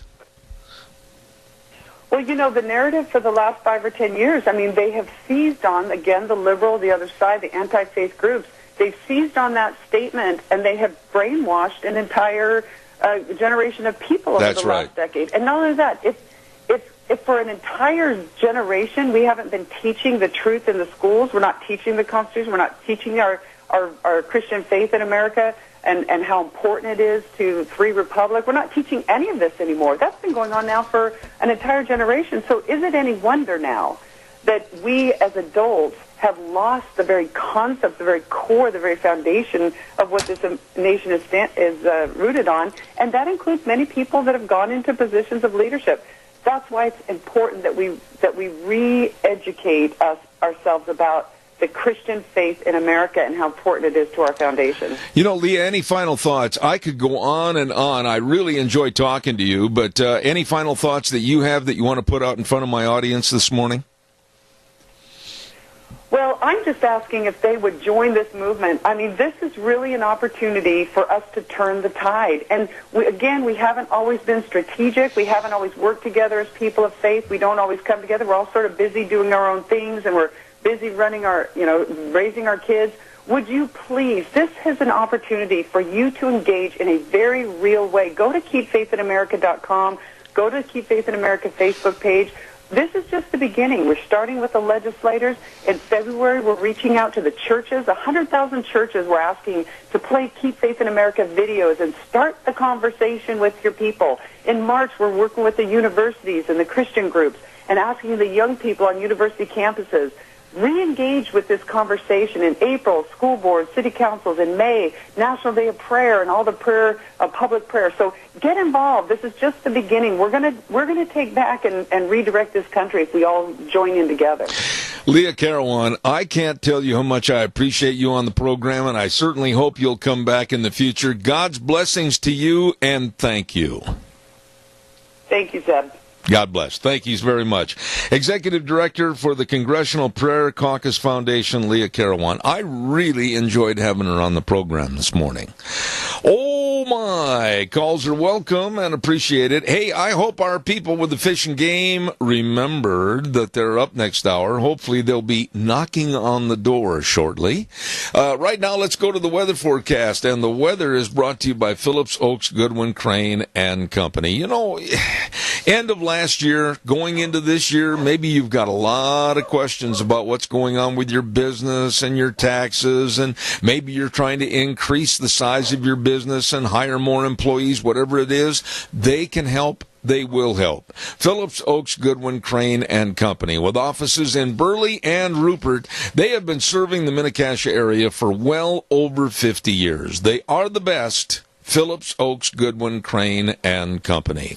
Right now, let's have the weather. Enjoy the sunshine while we have it, because it looks like there's some precipitation in the forecast. Here is your weather forecast. Mostly sunny skies for today. High of 46, a little on the breezy side. East winds right around 10 miles an hour. Gusts possible as high as 20.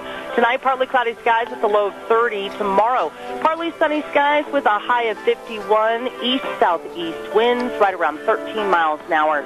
Tomorrow night, rain is going to be likely, about a 70% chance of rain, possible snow showers in the higher elevations after midnight. Cloudy skies, below right near 34. For Friday, rain is likely before noon, then a chance of rain and snow showers by Friday afternoon, and a high of 41.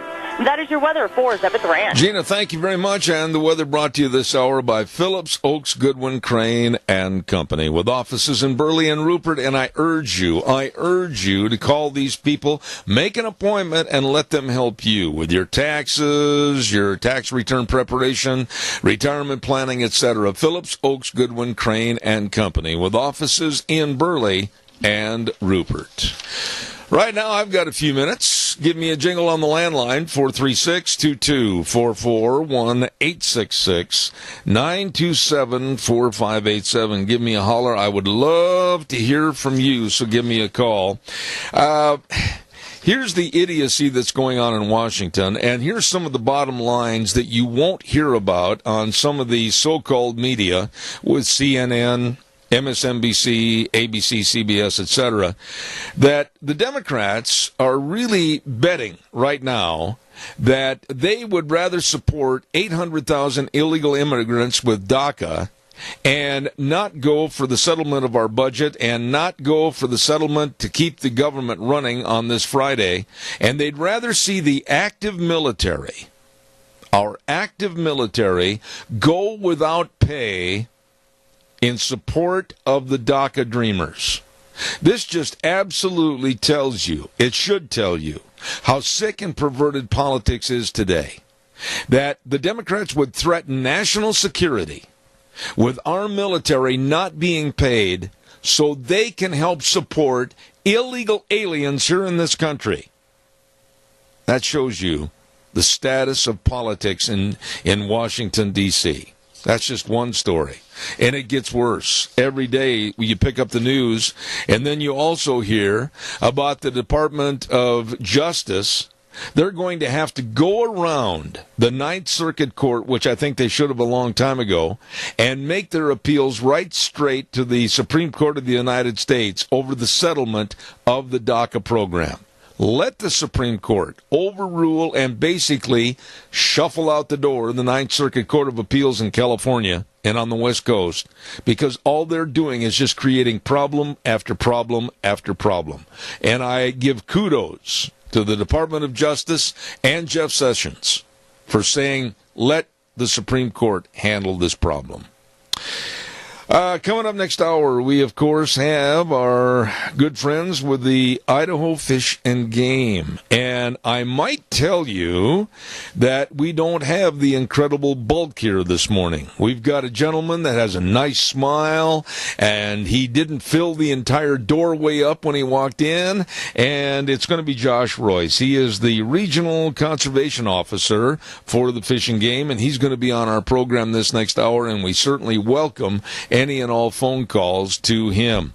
What else have we got cooking on here for public service announcements? Oh, yes, I've got to get this in. I almost lost it.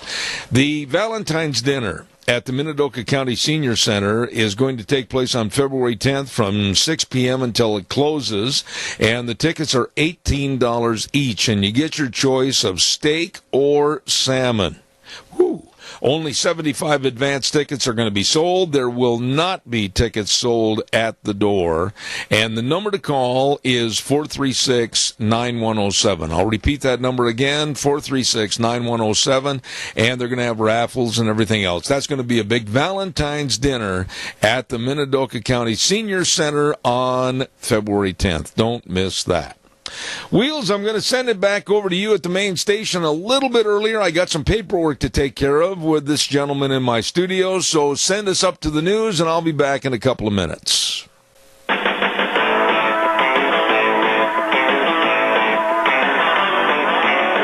Oh, here we go, hour number 3.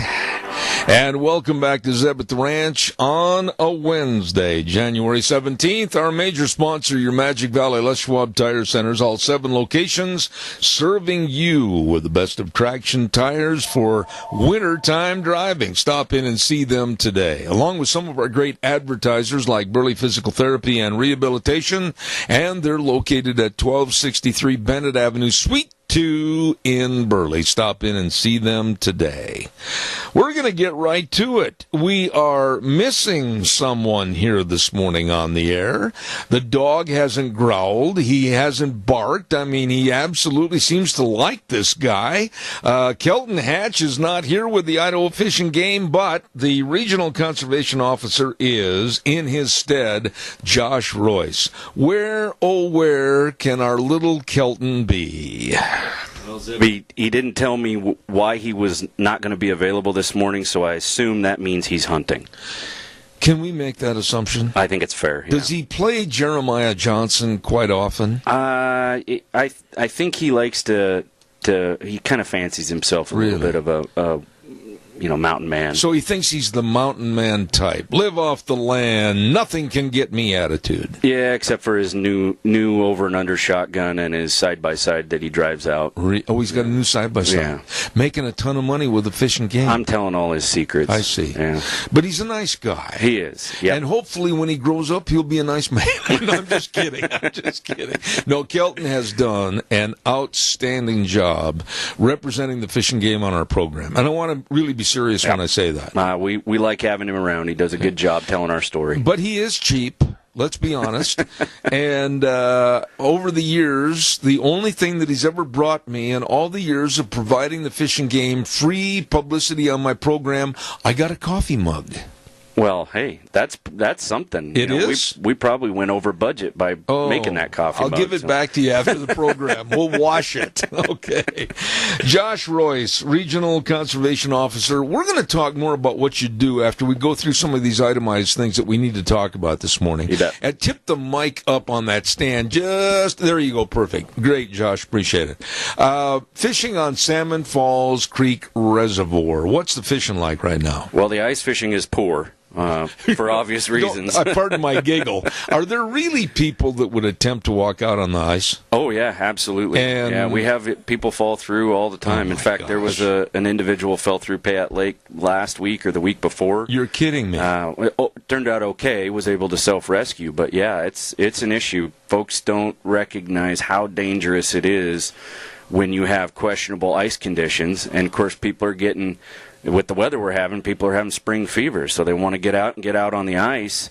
Salmon Falls, in particular, has got open water, and folks are out there in their boats. You're kidding me. And we're hearing good reports on bull trout and walleye. So Really? Mm-hmm. You know, I got to bring this up because Kelton and I have talked about this in the past.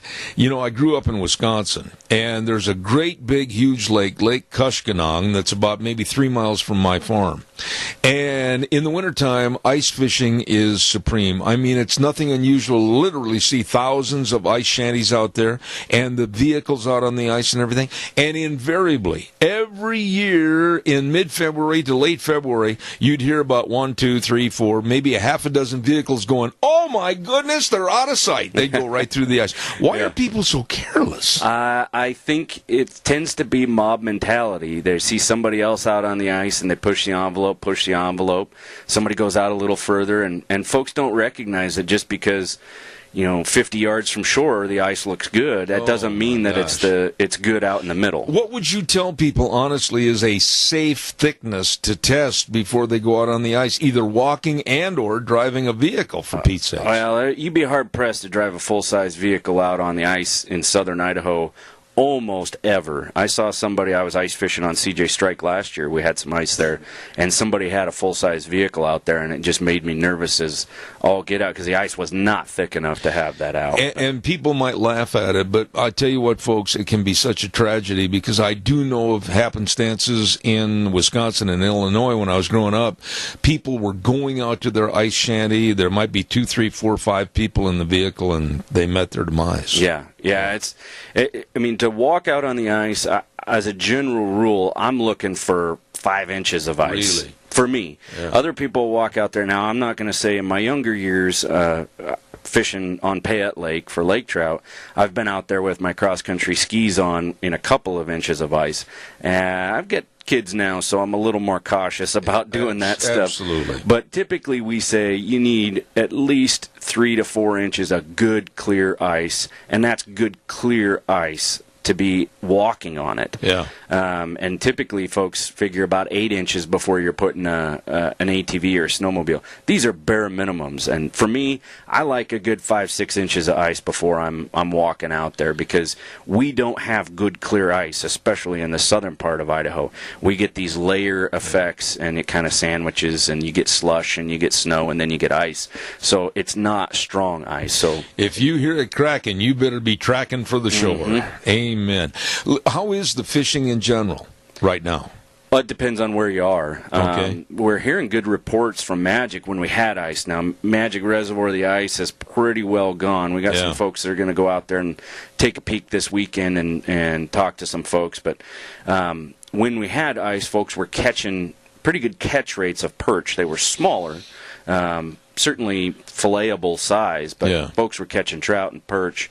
Obviously, Salmon Falls is fishing quite well. But you said the walleyes out there. Some good reports out there. We heard one individual say he got into walleye. So multiple double-digit walleye, which is pretty good, especially if you're doing it in January. Yeah.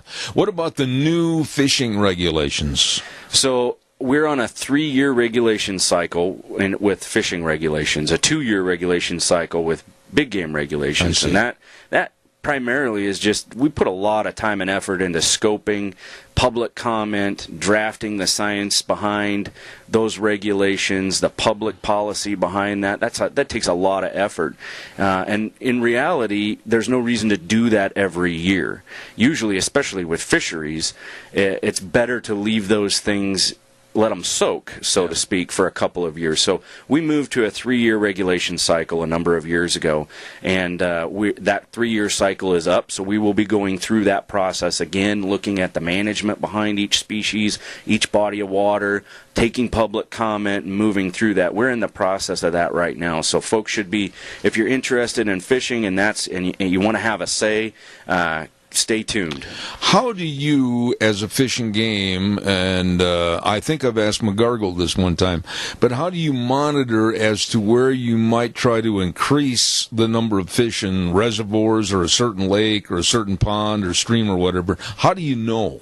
Well, a big part of that depends on the management plan for that body of water. So it depends on what we are managing that for, and not every body of water is managed for the same species. So you've got Magic Reservoir, which we tend to call those CJ Strike. Those are more of your quote-unquote kitchen sink fisheries. What do you mean by that? They've got a little bit of everything, everything but the kitchen sink. Okay. So you can go to CJ Strike and catch bass, trout, perch, crappie, all of the above. Those are the type of species that you can target there, and we manage those bodies of water for those. When you say all those species, one of the questions I've got, because we are in the Intermountain West, and some of those are pretty high elevation, how do you know what species are going to thrive and survive as compared to the others? Well, you get into the biology and the life history of the specific species, the habitat requirements that those fish need. And now I'm a game warden with a wildlife degree, so I won't get into the details and speak outside of my lane too much. But by and large, our fisheries research and our fisheries managers and biologists focus on doing habitat sampling and looking at what that body of water can support, and then what species we want to manage for. Salmon Falls Creek Reservoir and Oakley Reservoir, for example, are two of the 3 sanctioned walleye fisheries in the state of Idaho. Oh, really? So those we manage specifically for walleye and sample, and we're sampling not only the fish but the habitat to see what type of level of fish that body of water can support. A dumb question. Okay, don't laugh at me. But do you ever send, and I know some people out in the audience are going to go, "You dummy!" Do you ever send scuba divers down to check? We do a lot of snorkeling in streams, and before I was an officer, that's one of the things that I did, both for the Fish and Game and the Forest Service, is snorkeling in streams to do sampling. We don't tend to do that too much in reservoirs and lakes because we use other sampling methods. We can use sonar. We can use nets, trap nets, gill nets, all kinds of different sampling But can you test and see what the environment is below the water for the fish that way? Sure. You yeah. can. Yep. I see. Yep. Okay. And typically, it's a habitat. It's fish and wildlife it's true for both. If you've got a population issue, you've got a habitat issue. That's right. where it rests. So you want more walleye, you got to have more habitat, whether that's food or shelter or whatever it is. So you know a lot about this. Okay, let's move along to the wildlife staff is flying right now as we speak for population surveys. Yeah, so this is something that we do in selected parts of the state every year. And certainly it's not just our wildlife staff. Our wildlife staff coordinates that, but a lot of times the officers are involved in these flights to count as well. And I participate in that from time to time myself. Let me ask you something. Kelton explained this to me a couple of programs back. And when you go up and fly, and please jump in and correct me if I'm wrong, Josh, but when you go up and you basically shoot pictures of various coordinates, and then whatever animal's in that respective coordinate, that's the count for that coordinate. Am I close to what goes on here? Typically, it's just a physical count. So we put a pilot and then a primary observer and a secondary observer in the aircraft in a helicopter, and we fly until we're flying transects in subunits that are previously selected based on random sampling where we would expect to find critters.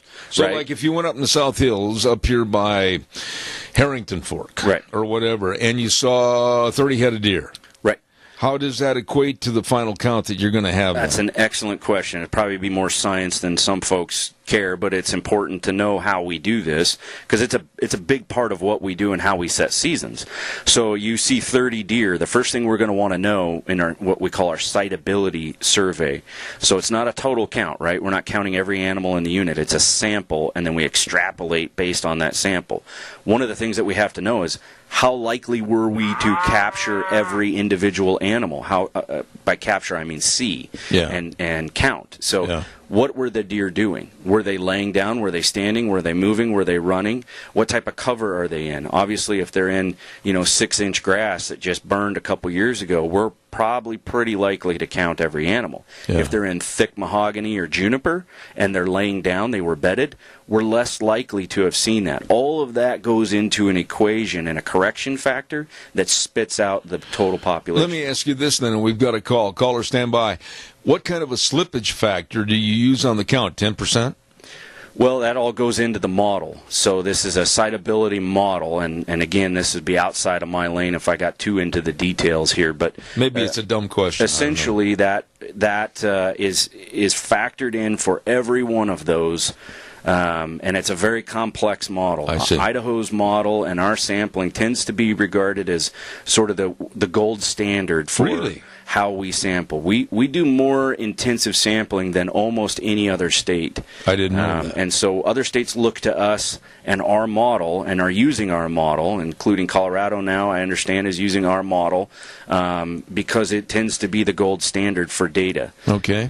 And we spend a lot of time, a lot of money, a lot of effort making sure that we're getting a good, firm grasp on what those populations are doing. Okay, we've got a caller with a question. Go ahead, caller. You're on the air.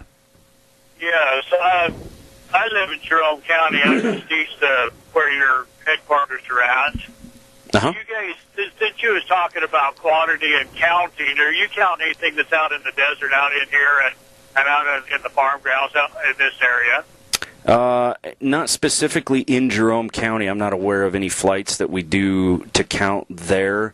We're focused mostly on certain subunits that give us an overall understanding of what that population is doing in a greater area of the state.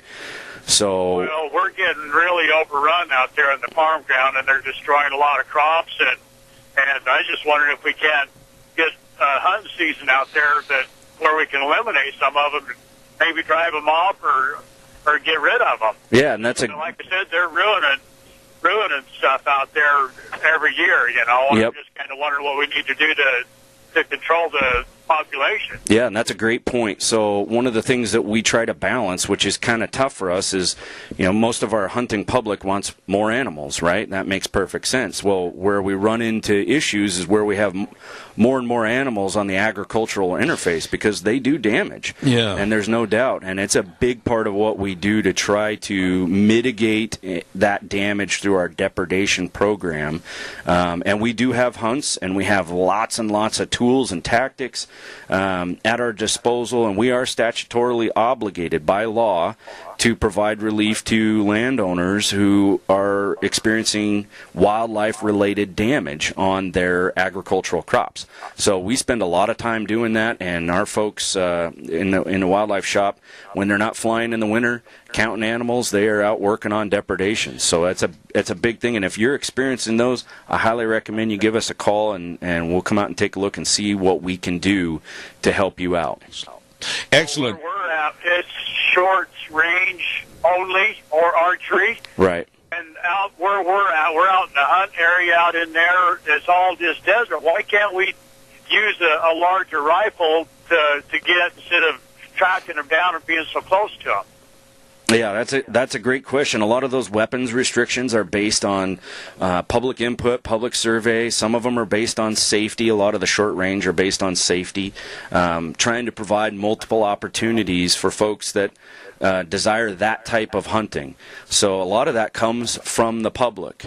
And in that case in particular, a lot of that we're providing in Unit 53, where you're talking, we're talking about providing a late season archery opportunity for folks. Let me ask this to the caller, and if you have all your neighbors and they share the same feeling or response to this problem that you have, I would urge, and I'm going to ask Josh if this is the correct way, I would urge you to band together and go to the Fish and Game office and talk to them at that time, wouldn't you say? Yeah, absolutely, and it doesn't even have to be band together. Just if you're experiencing damage on your property, give us a call. We have a landowner sportsman's coordinator in a specific position that is a depredation technician. Their whole job is to provide that type of relief. That's what they do. Okay. Caller, thank you. God bless you, man. Thanks a lot. Appreciate it. Thank you. Caller number 2, you're on the air with Josh. Go ahead. Thank you. Josh, I got a situation with myself. I'm a goose hunter, and not very good at that because the situation that I run into so often, and I just am frustrated with it. This year we've had a lot of geese, and when I find these things, I trail them, watch them for a day or two, and get to where they're going, and they're on private ground. Yeah. Now, my problem is some of these farmers own 2 miles square. Some of them own here and there and beyond and somewhere else. I don't know who to contact. I don't know how to get to them. And there I stand on the roadway, and I'm looking out in that field. I cannot get out there to spook them up or anything like that. Yeah, just outside of your grasp, right? Problem because, the gentleman before was calling, and he's overrun with the situation of too many wildlife animals. Well, I'm restricted, and I can't get out on that ground until I find out who it is that owns that. Right. And it's by the time I do, the geese are gone. The situation changed. Right. Exactly. Right. Yeah. I can sympathize with you. Obviously I'm a hunter, an angler myself, and access is a huge issue, and we're trying to focus on recruiting and retaining hunters in this country, not just Idaho, but in this country. Idaho currently is not losing population of hunters, but we're not matching the growth in the state's population, right? So proportionally, there are fewer folks hunting in Idaho than there used to be, and so access is a big problem with that, and we recognize that. But let me address the caller's question also in my own regard.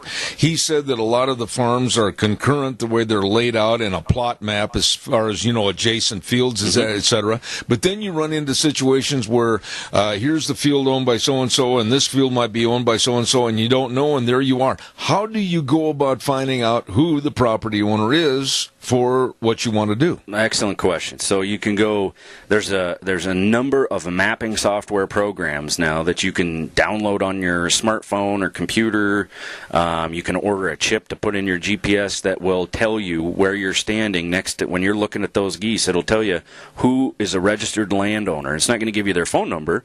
You're going to have to do a little bit of legwork, as you always have, but it will tell you who that landowner is.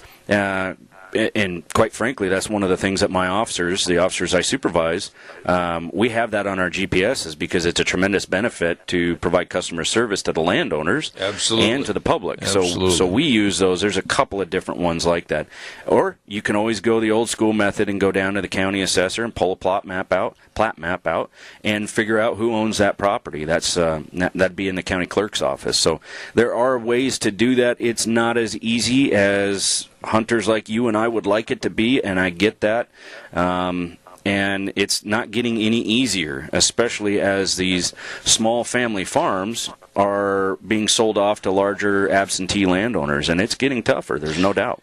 Caller, thank you for your call. I do appreciate it. Can I say something else? Yes, sir. Go ahead. When you find out, I'd like to know how to get a hold of these apps. I don't know where to find those, but just the same, I'm dealing with 2 or 3 people here on this. Mm-hmm.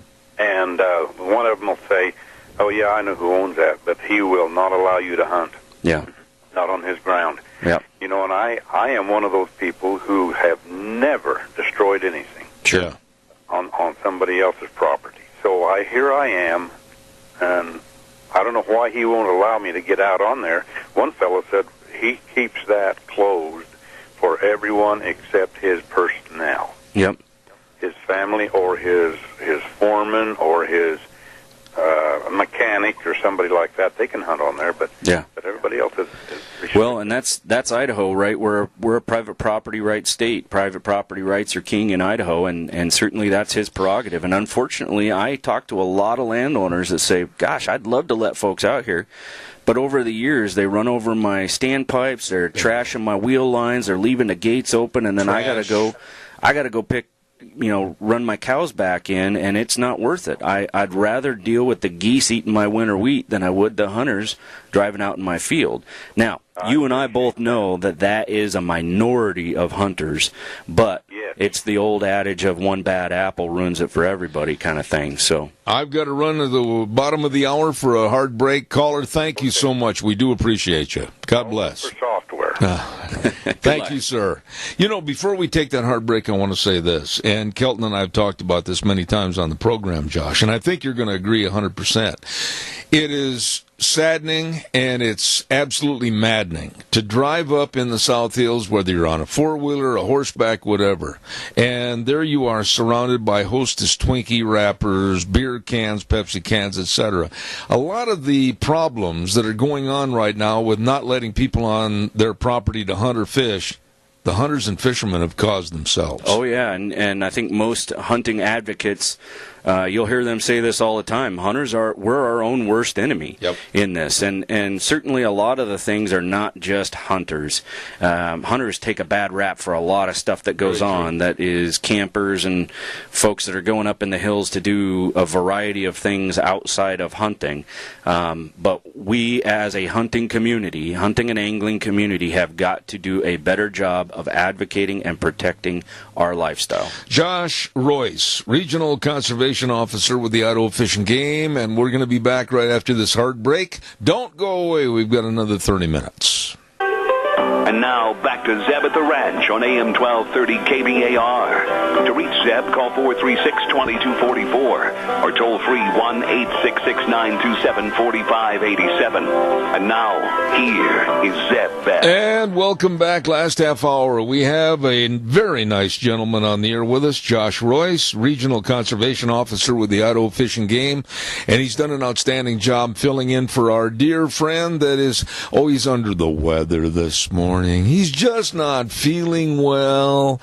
Kelton Hatch. The weight of that shotgun must be just pulling him down. Well, bird flu is going around these days. That's a good way to put it. I never thought of that. One of the issues that we've talked about in the past, deer trapping, collaring, and monitoring. Now, I have stated that you got to be half nuts to want to do this. It tends to be a source of many workman's comp-related injuries for our agency. There's no doubt. You need about 6 guys the shape and size of Hatch, and there wouldn't be any problem, would there? They still seem to find a way to get a foot out and cause some damage. But yeah, I remember when I was a brand new rookie game warden, I was going deer trapping, and I thought, okay, what are we doing? I'm thinking highly technical, highly scientific. You didn't know? And they said, well, basically what we do is we string a big net up across the desert, we drive the deer into it with a helicopter, and then you jump on them and hold them down. At that point, when they said you jump on them, did you have trepidations about your health in the future? No, because I was a rookie game warden and was invincible, right? I was young enough that it didn't hurt. 10 foot tall and bulletproof. Now it hurts a little more for a lot longer, but yeah, when we got out there, I came to the realization that's exactly what we do. And somebody holds them down. We don't drug them. Somebody holds the deer down. Well, somebody puts, we draw blood. We take a bunch of samples, biological samples, to assess the condition of the individual, and then we put a collar on them. How many guys work as a team on this? Well, oftentimes it's one person holding the deer down. One person tackling a deer. There's a bit of a technique to it. I would imagine there is a strong technique to it. Well, first and foremost, we don't want to hurt the animal. That's first I got to be priority. honest with you, Josh. That's the last thing in my mind right now. Well, when you dedicate your life to wildlife, it's the first thing on your mind. Okay. And then you'll have somebody there that's taking the samples while the animal's being mugged. Okay, as a professional deer mugger, which you are, which avenue of approach do you use on the deer to get them? I mean, do you go for the head? What do you do? You try and spoon them. Like you spoon them. Easy now. This is a family show. You kind of come in from the back of them, and you wrap your arms around them in a bear hug, and then But their hind legs are known to kick. Yep, and so you put your hind foot in there and try and stretch them out. So for those of you that are into the MMA, mixed martial arts, it's not unlike some of the maneuvers that are used in a rear naked choke. Of course, we're not choking the deer, we're holding them down, but we're trying to stretch them out. You sound like you're an authority on this. I've been around for doing this for 13 years and a lot of deer trapping. So holy cow. Not as much as some. There's a lot of folks that are far more expert than me. What is the worst experience that ever happened to you? Besides almost being killed. You get headbutt a lot. Really? You take one in the nose. I've been really fortunate where I've just walked away with minor bruises and bumps, but a lot of folks end up with some pretty significant injuries. You look like you could be a poster boy for Blue Cross Blue Shield. Well, I definitely know my way around the workman's comp claim process. How many a day do you try to do? Well, I was not available this last weekend, but on Sunday we trapped over in Unit 45, and our staff over there, I think they said they got 27 collars in one day. In one day, yeah. And so here's these guys going out and literally wrestling with 27 headed deer. Yeah. And at the end of the day, and 4 days in the hot tub, maybe 3 in the emergency room. Holy smokes! Yeah, it takes. This is kind of what we signed on to do, right? Is wildlife biology, because the data that we get from those collars is invaluable.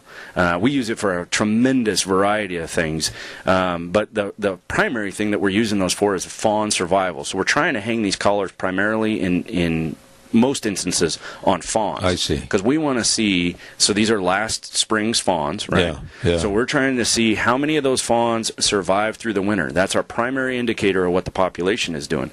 If we've got good fawn survival through the winter, we can pretty much assume that we're going to have a pretty good hunting season. And we look at that trend over the years, and it tells us where we're at given a certain unit and where those deer go, right? So they go up and they go into their summer range, and that we know where those deer are coming from into the winter range, what kind of condition they're in, because we're weighing them, we're taking blood samples and taking all kinds of different biological samples from them to sample their fitness, and then that's what we use to set seasons. If over the years we see a trend either up or down, we adjust the hunting seasons or the allocation of those resources accordingly.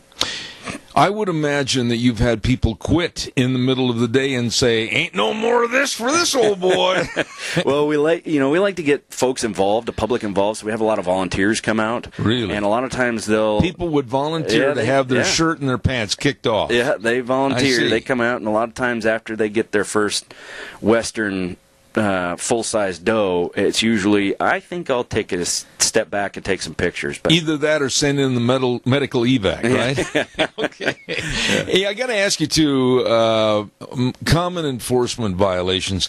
You folks with the Fish and Game are also bona fide law enforcement officers. Correct. So we talk a lot. We've talked a lot about fisheries biology and wildlife biology, and there's a reason for that. Every one of our officers is a biologist first. So I've got a wildlife degree from the University of Idaho. I'm a wildlife biologist, and then when we hire our officers, we send them to the Post Academy for 10 weeks, the same academy. Where is that, it's by the way? In Meridian. In Meridian. Yep. And so there's it's the same academy that up until recently, state troopers, they've got their own academy now, but state troopers, city, county law enforcement, we all go to the same academy. I see. All game wardens and conservation officers. And that teaches what? Pardon me for interrupting, but what are some of the course requirements at that academy? It's basically what you would expect from a police academy. I see. It's there's shooting, there's defensive tactics, there's emergency vehicle operation, there's crime scene investigation, there's domestic violence investigation, victim services. Really? Everything that you would expect a law enforcement officer to have in their police academy is what you get there. A lot of scenarios. Of course, it's changed quite a bit since I went. Why is that? Why is that? Well, law enforcement evolves, right? So technology evolves, and the academy was different 20 years before I went, and it's different today than it was when I went. So the academy's constantly evolving to address the law enforcement reality that we face. Being the changes in the evolvement, do they make the officers that have been in business for quite some time go back and take refresher courses? In a way. So every law enforcement officer who's a certified peace officer in the state, which all conservation officers of Fish and Game have a continuing education. So every year we have to provide 40 hours of continuing education every 2 years to maintain your certification. Now, Idaho Fish and Game almost doubles or triples that. We usually get 40 to 60 every year. We spend a lot of time training because, as you can imagine, our law enforcement officers, we're not, as we discussed earlier, we're not waiting 2 minutes or 30 seconds for backup. Well, and stop right there. And I've got to say this. I admire you folks in the Fish and Game, but I also fear for you because, quite frankly, it's a little different than being on the interstate. It's a little different than being on Buchanan and Twin Falls. Sure. It's a little different than most other police scenarios. You're out maybe 40 miles in the middle of nowhere. Right. So now we're in my wheelhouse, so I'm getting excited about talking about this. But yeah, this is, our officers are all resident officers. They live in their patrol areas, in their rural communities, and we work in the backcountry, obviously. But we're different. We're a lot the same. We have a lot of overlap with what we call general law enforcement, your county sheriff or state police and whatnot. But we're very different in the way we operate as well, because if you think about what we do, we're managing compliance. So almost every contact that we have is just we're talking to folks that are out doing the stuff that we like to do on our days off, rare as they may be. You know, we hunt. I'm a hunter, angler. Every one of my officers is a hunter and an angler. These are the things that we like to do. So most of our contacts with the public are just compliance checks. We're checking licenses, we're checking tags, we're talking about biology, we're talking about herd numbers, talking about some of the same stuff that we talked about earlier in the hour here. And those folks, by and large, are happy to see us, and we're happy to see them. We're collecting some biological data, and everybody's happy about it. Josh, let me ask you this, and I got to take a break here for a moment and have a weather forecast, but without going into specifics, have you, as a Fish and Game officer, had occasions or circumstances that really gave you trepidations as to whether or not your safety was going to be cut back on? Oh, absolutely. Really? Yeah, there's no question. Yeah. Can you give us some kind of a story about that? There's lots of instances where you come into a camp and people aren't happy to see you because they know there's something wrong there. And so a lot of times, our officers don't know that something's wrong when they come up and they're checking licenses, but the suspect does. And like I said, most encounters where we're talking to a camp full of hunters or anglers on the bank is just there's nothing wrong. That's most of them, and it's just a happy conversation about the weather or whatever. But there are instances where there's a violation there, and it could be that this individual has a warrant for his arrest, and the officer doesn't know that. So all of those situations that general law enforcement face that create increased danger, they're the same for us. Some folks like to go out and fish and use drugs. And when that becomes, you don't have the correct license to fish for what you're fishing for, and you've got some methamphetamine there, I see. Now, that changes the entire encounter. What do you do at that point? Well, that individual ends up being arrested. Okay. Yeah, they're going to go to jail. Okay. Do they question your authority every time when you have that circumstance come up? Not every time, but it's pretty common. It's, even though, obviously I'm dressed like you would expect any other law enforcement officer to be dressed. This is what I wear every day to work. But even still, folks think, well, you're Fish and Game. How come you're pulling me over for a DUI? That's not something that we do commonly, because folks are paying the county and the state city law enforcement to do that through their taxes. We don't get any tax money. We are license funded only, hunting and fishing license only. However, if it's a public safety issue and it's happening right in front of us, we're going to go ahead and address that. Real quick answer to this, because I've got a weather forecast I've got to get in. When you said earlier they live in the area that they provide the enforcement for, right? Okay. Do they do the same scheduling and same pattern every day, or do they try to alter it? I mean, what I would be afraid of is having some people kind of watch and say, well, the game warden was here yesterday, he's not going to be here today. Do you try to make sure that doesn't fall into a pattern? Yep, absolutely. And that's one of the blessings and the curses of being a game warden or a conservation officer. You use those two interchangeably, but it's like I said, the blessing and the curse, right, is that we like to say we're on call 24/7, 365. And I got a call at 3:30 this morning for an issue. One of my officers had to address it. So we work odd schedules. The officers make their own schedules. It's a blessing because you get the freedom and flexibility to make your own schedule as you see fit or your supervisor sees fit. But it also comes with the curse of sometimes that's at 3:30 in the morning, and you'd really rather be in bed. Absolutely. We're going to take a break here real quick with Josh Royce with the Fish and Game and tell you everybody about Scarrows Meats, 331 North Road. Jerome with Don Scarrow and the crew. Absolutely phenomenal meats. meats for you and your family to really enjoy. Go to their website, scarrowsmeats.com. Check out all the prime rib and the smoked hams and the bacons and the breakfast sausages and the bratwurst, my favorite. Be sure and check it out today. Scarrow's Meats, 331 North Road, Jerome. The number to call, 324-7657. Right now, here's Gina with the weather. Enjoy the sunshine while we have it, because it looks like there's some precipitation in the forecast. Here is your weather forecast. Mostly sunny skies for today. High of 46, a little on the breezy side. East winds right around 10 miles an hour. Gusts possible as high as 20. Tonight, partly cloudy skies with a low of 30. Tomorrow, partly sunny skies with a high of 51. East-southeast winds right around 13 miles an hour. Tomorrow night, rain is going to be likely, about a 70% chance of rain. Possible snow showers in the higher elevations after midnight. Cloudy skies with a low right near 34. For Friday, rain is likely before noon, then a chance of rain and snow showers by Friday afternoon and a high of 41. And that is your weather for Zeb at the Ranch. Thank you, Gina, and brought to everybody by Scarrow's Meats. Fantastic. 331 North Road, Jerome, 324-7657. It's true. They are changing the way we eat, one delicious bite at a time. We're down to about 9 minutes, and I don't want to miss anything with Josh Royce with the Fishing Game. Done a really, really good job here this morning.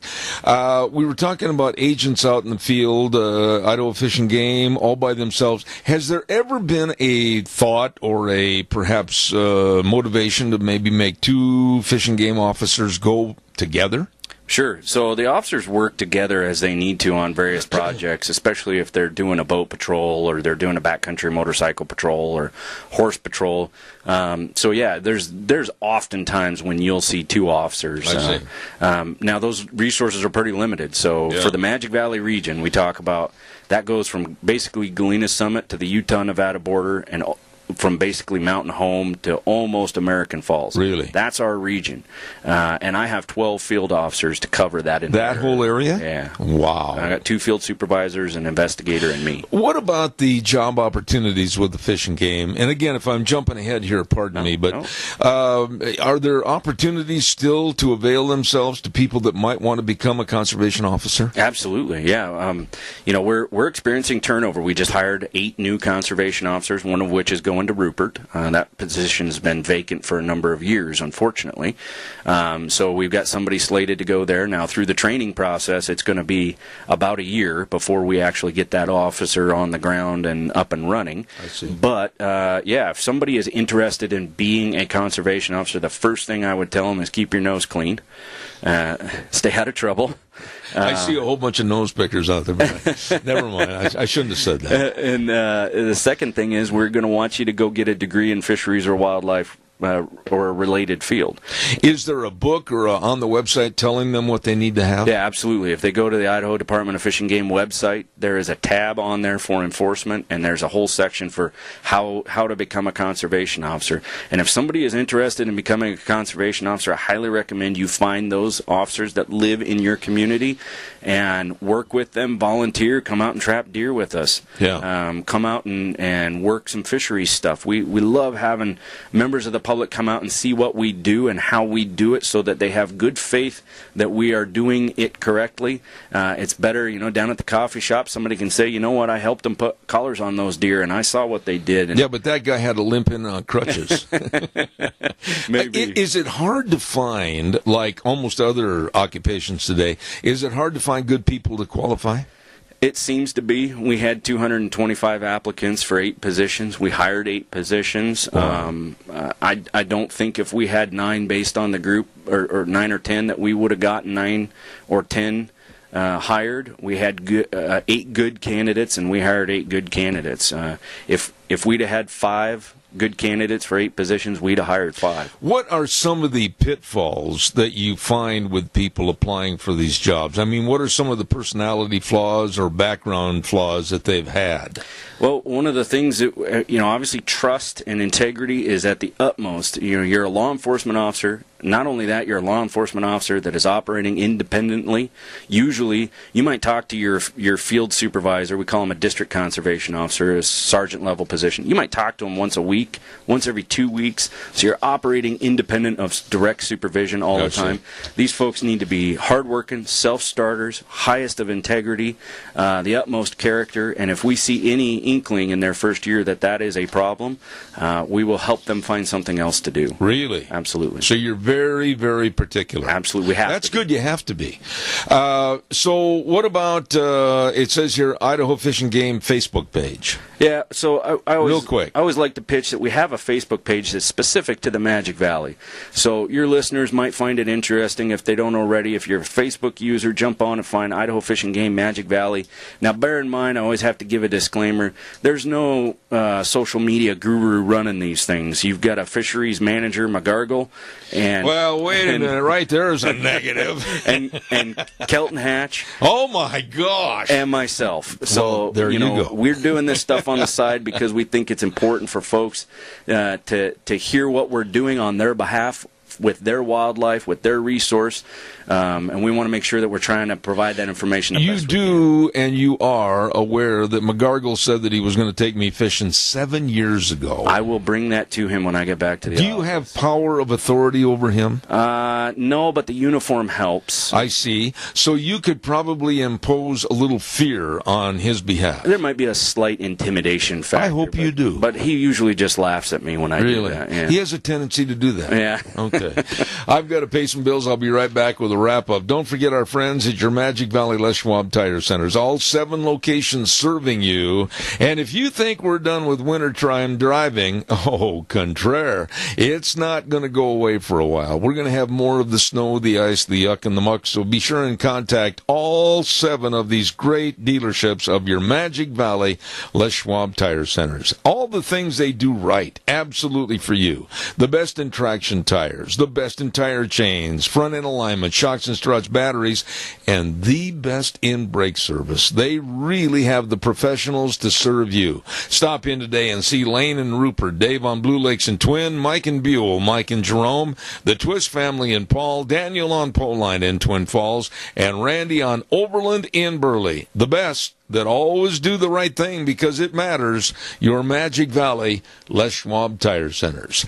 Josh Royce, you have done a great job. Any final thoughts here? I got about a minute left. No, thanks for having me. I appreciate it. And, folks are concerned or interested in wildlife or fisheries, just get involved. The folks that are working for you, for Idaho Fish and Game, whether they're wearing a gun belt and a badge or they're out dragging fish nets or trapping deer, those are folks that deeply care about the resource and deeply care about the people who those resources belong to. So get involved and get out there and meet them and become a part of your resource. And I would say if you have any questions at all, you can always call, and I have the number memorized, 324-4359. That's right, yeah. Absolutely.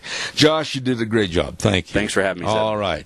That's the Fish and Game Report for this month, as a matter of fact, this month of January. By the way, what are we going to possibly talk about next month of February? What kind of turns one way or the other to discuss next month? Well, quickly? Hopefully we can talk about some better ice conditions and some ice angling. Yeah, don't walk on the ice. Please. But we can, we'll talk more about upcoming fisheries management stuff. We'll talk about, hopefully we'll have some data from some of the collars that got hung on Sunday on deer. We could tell you what's going on with those, where they're going, how many of them are alive.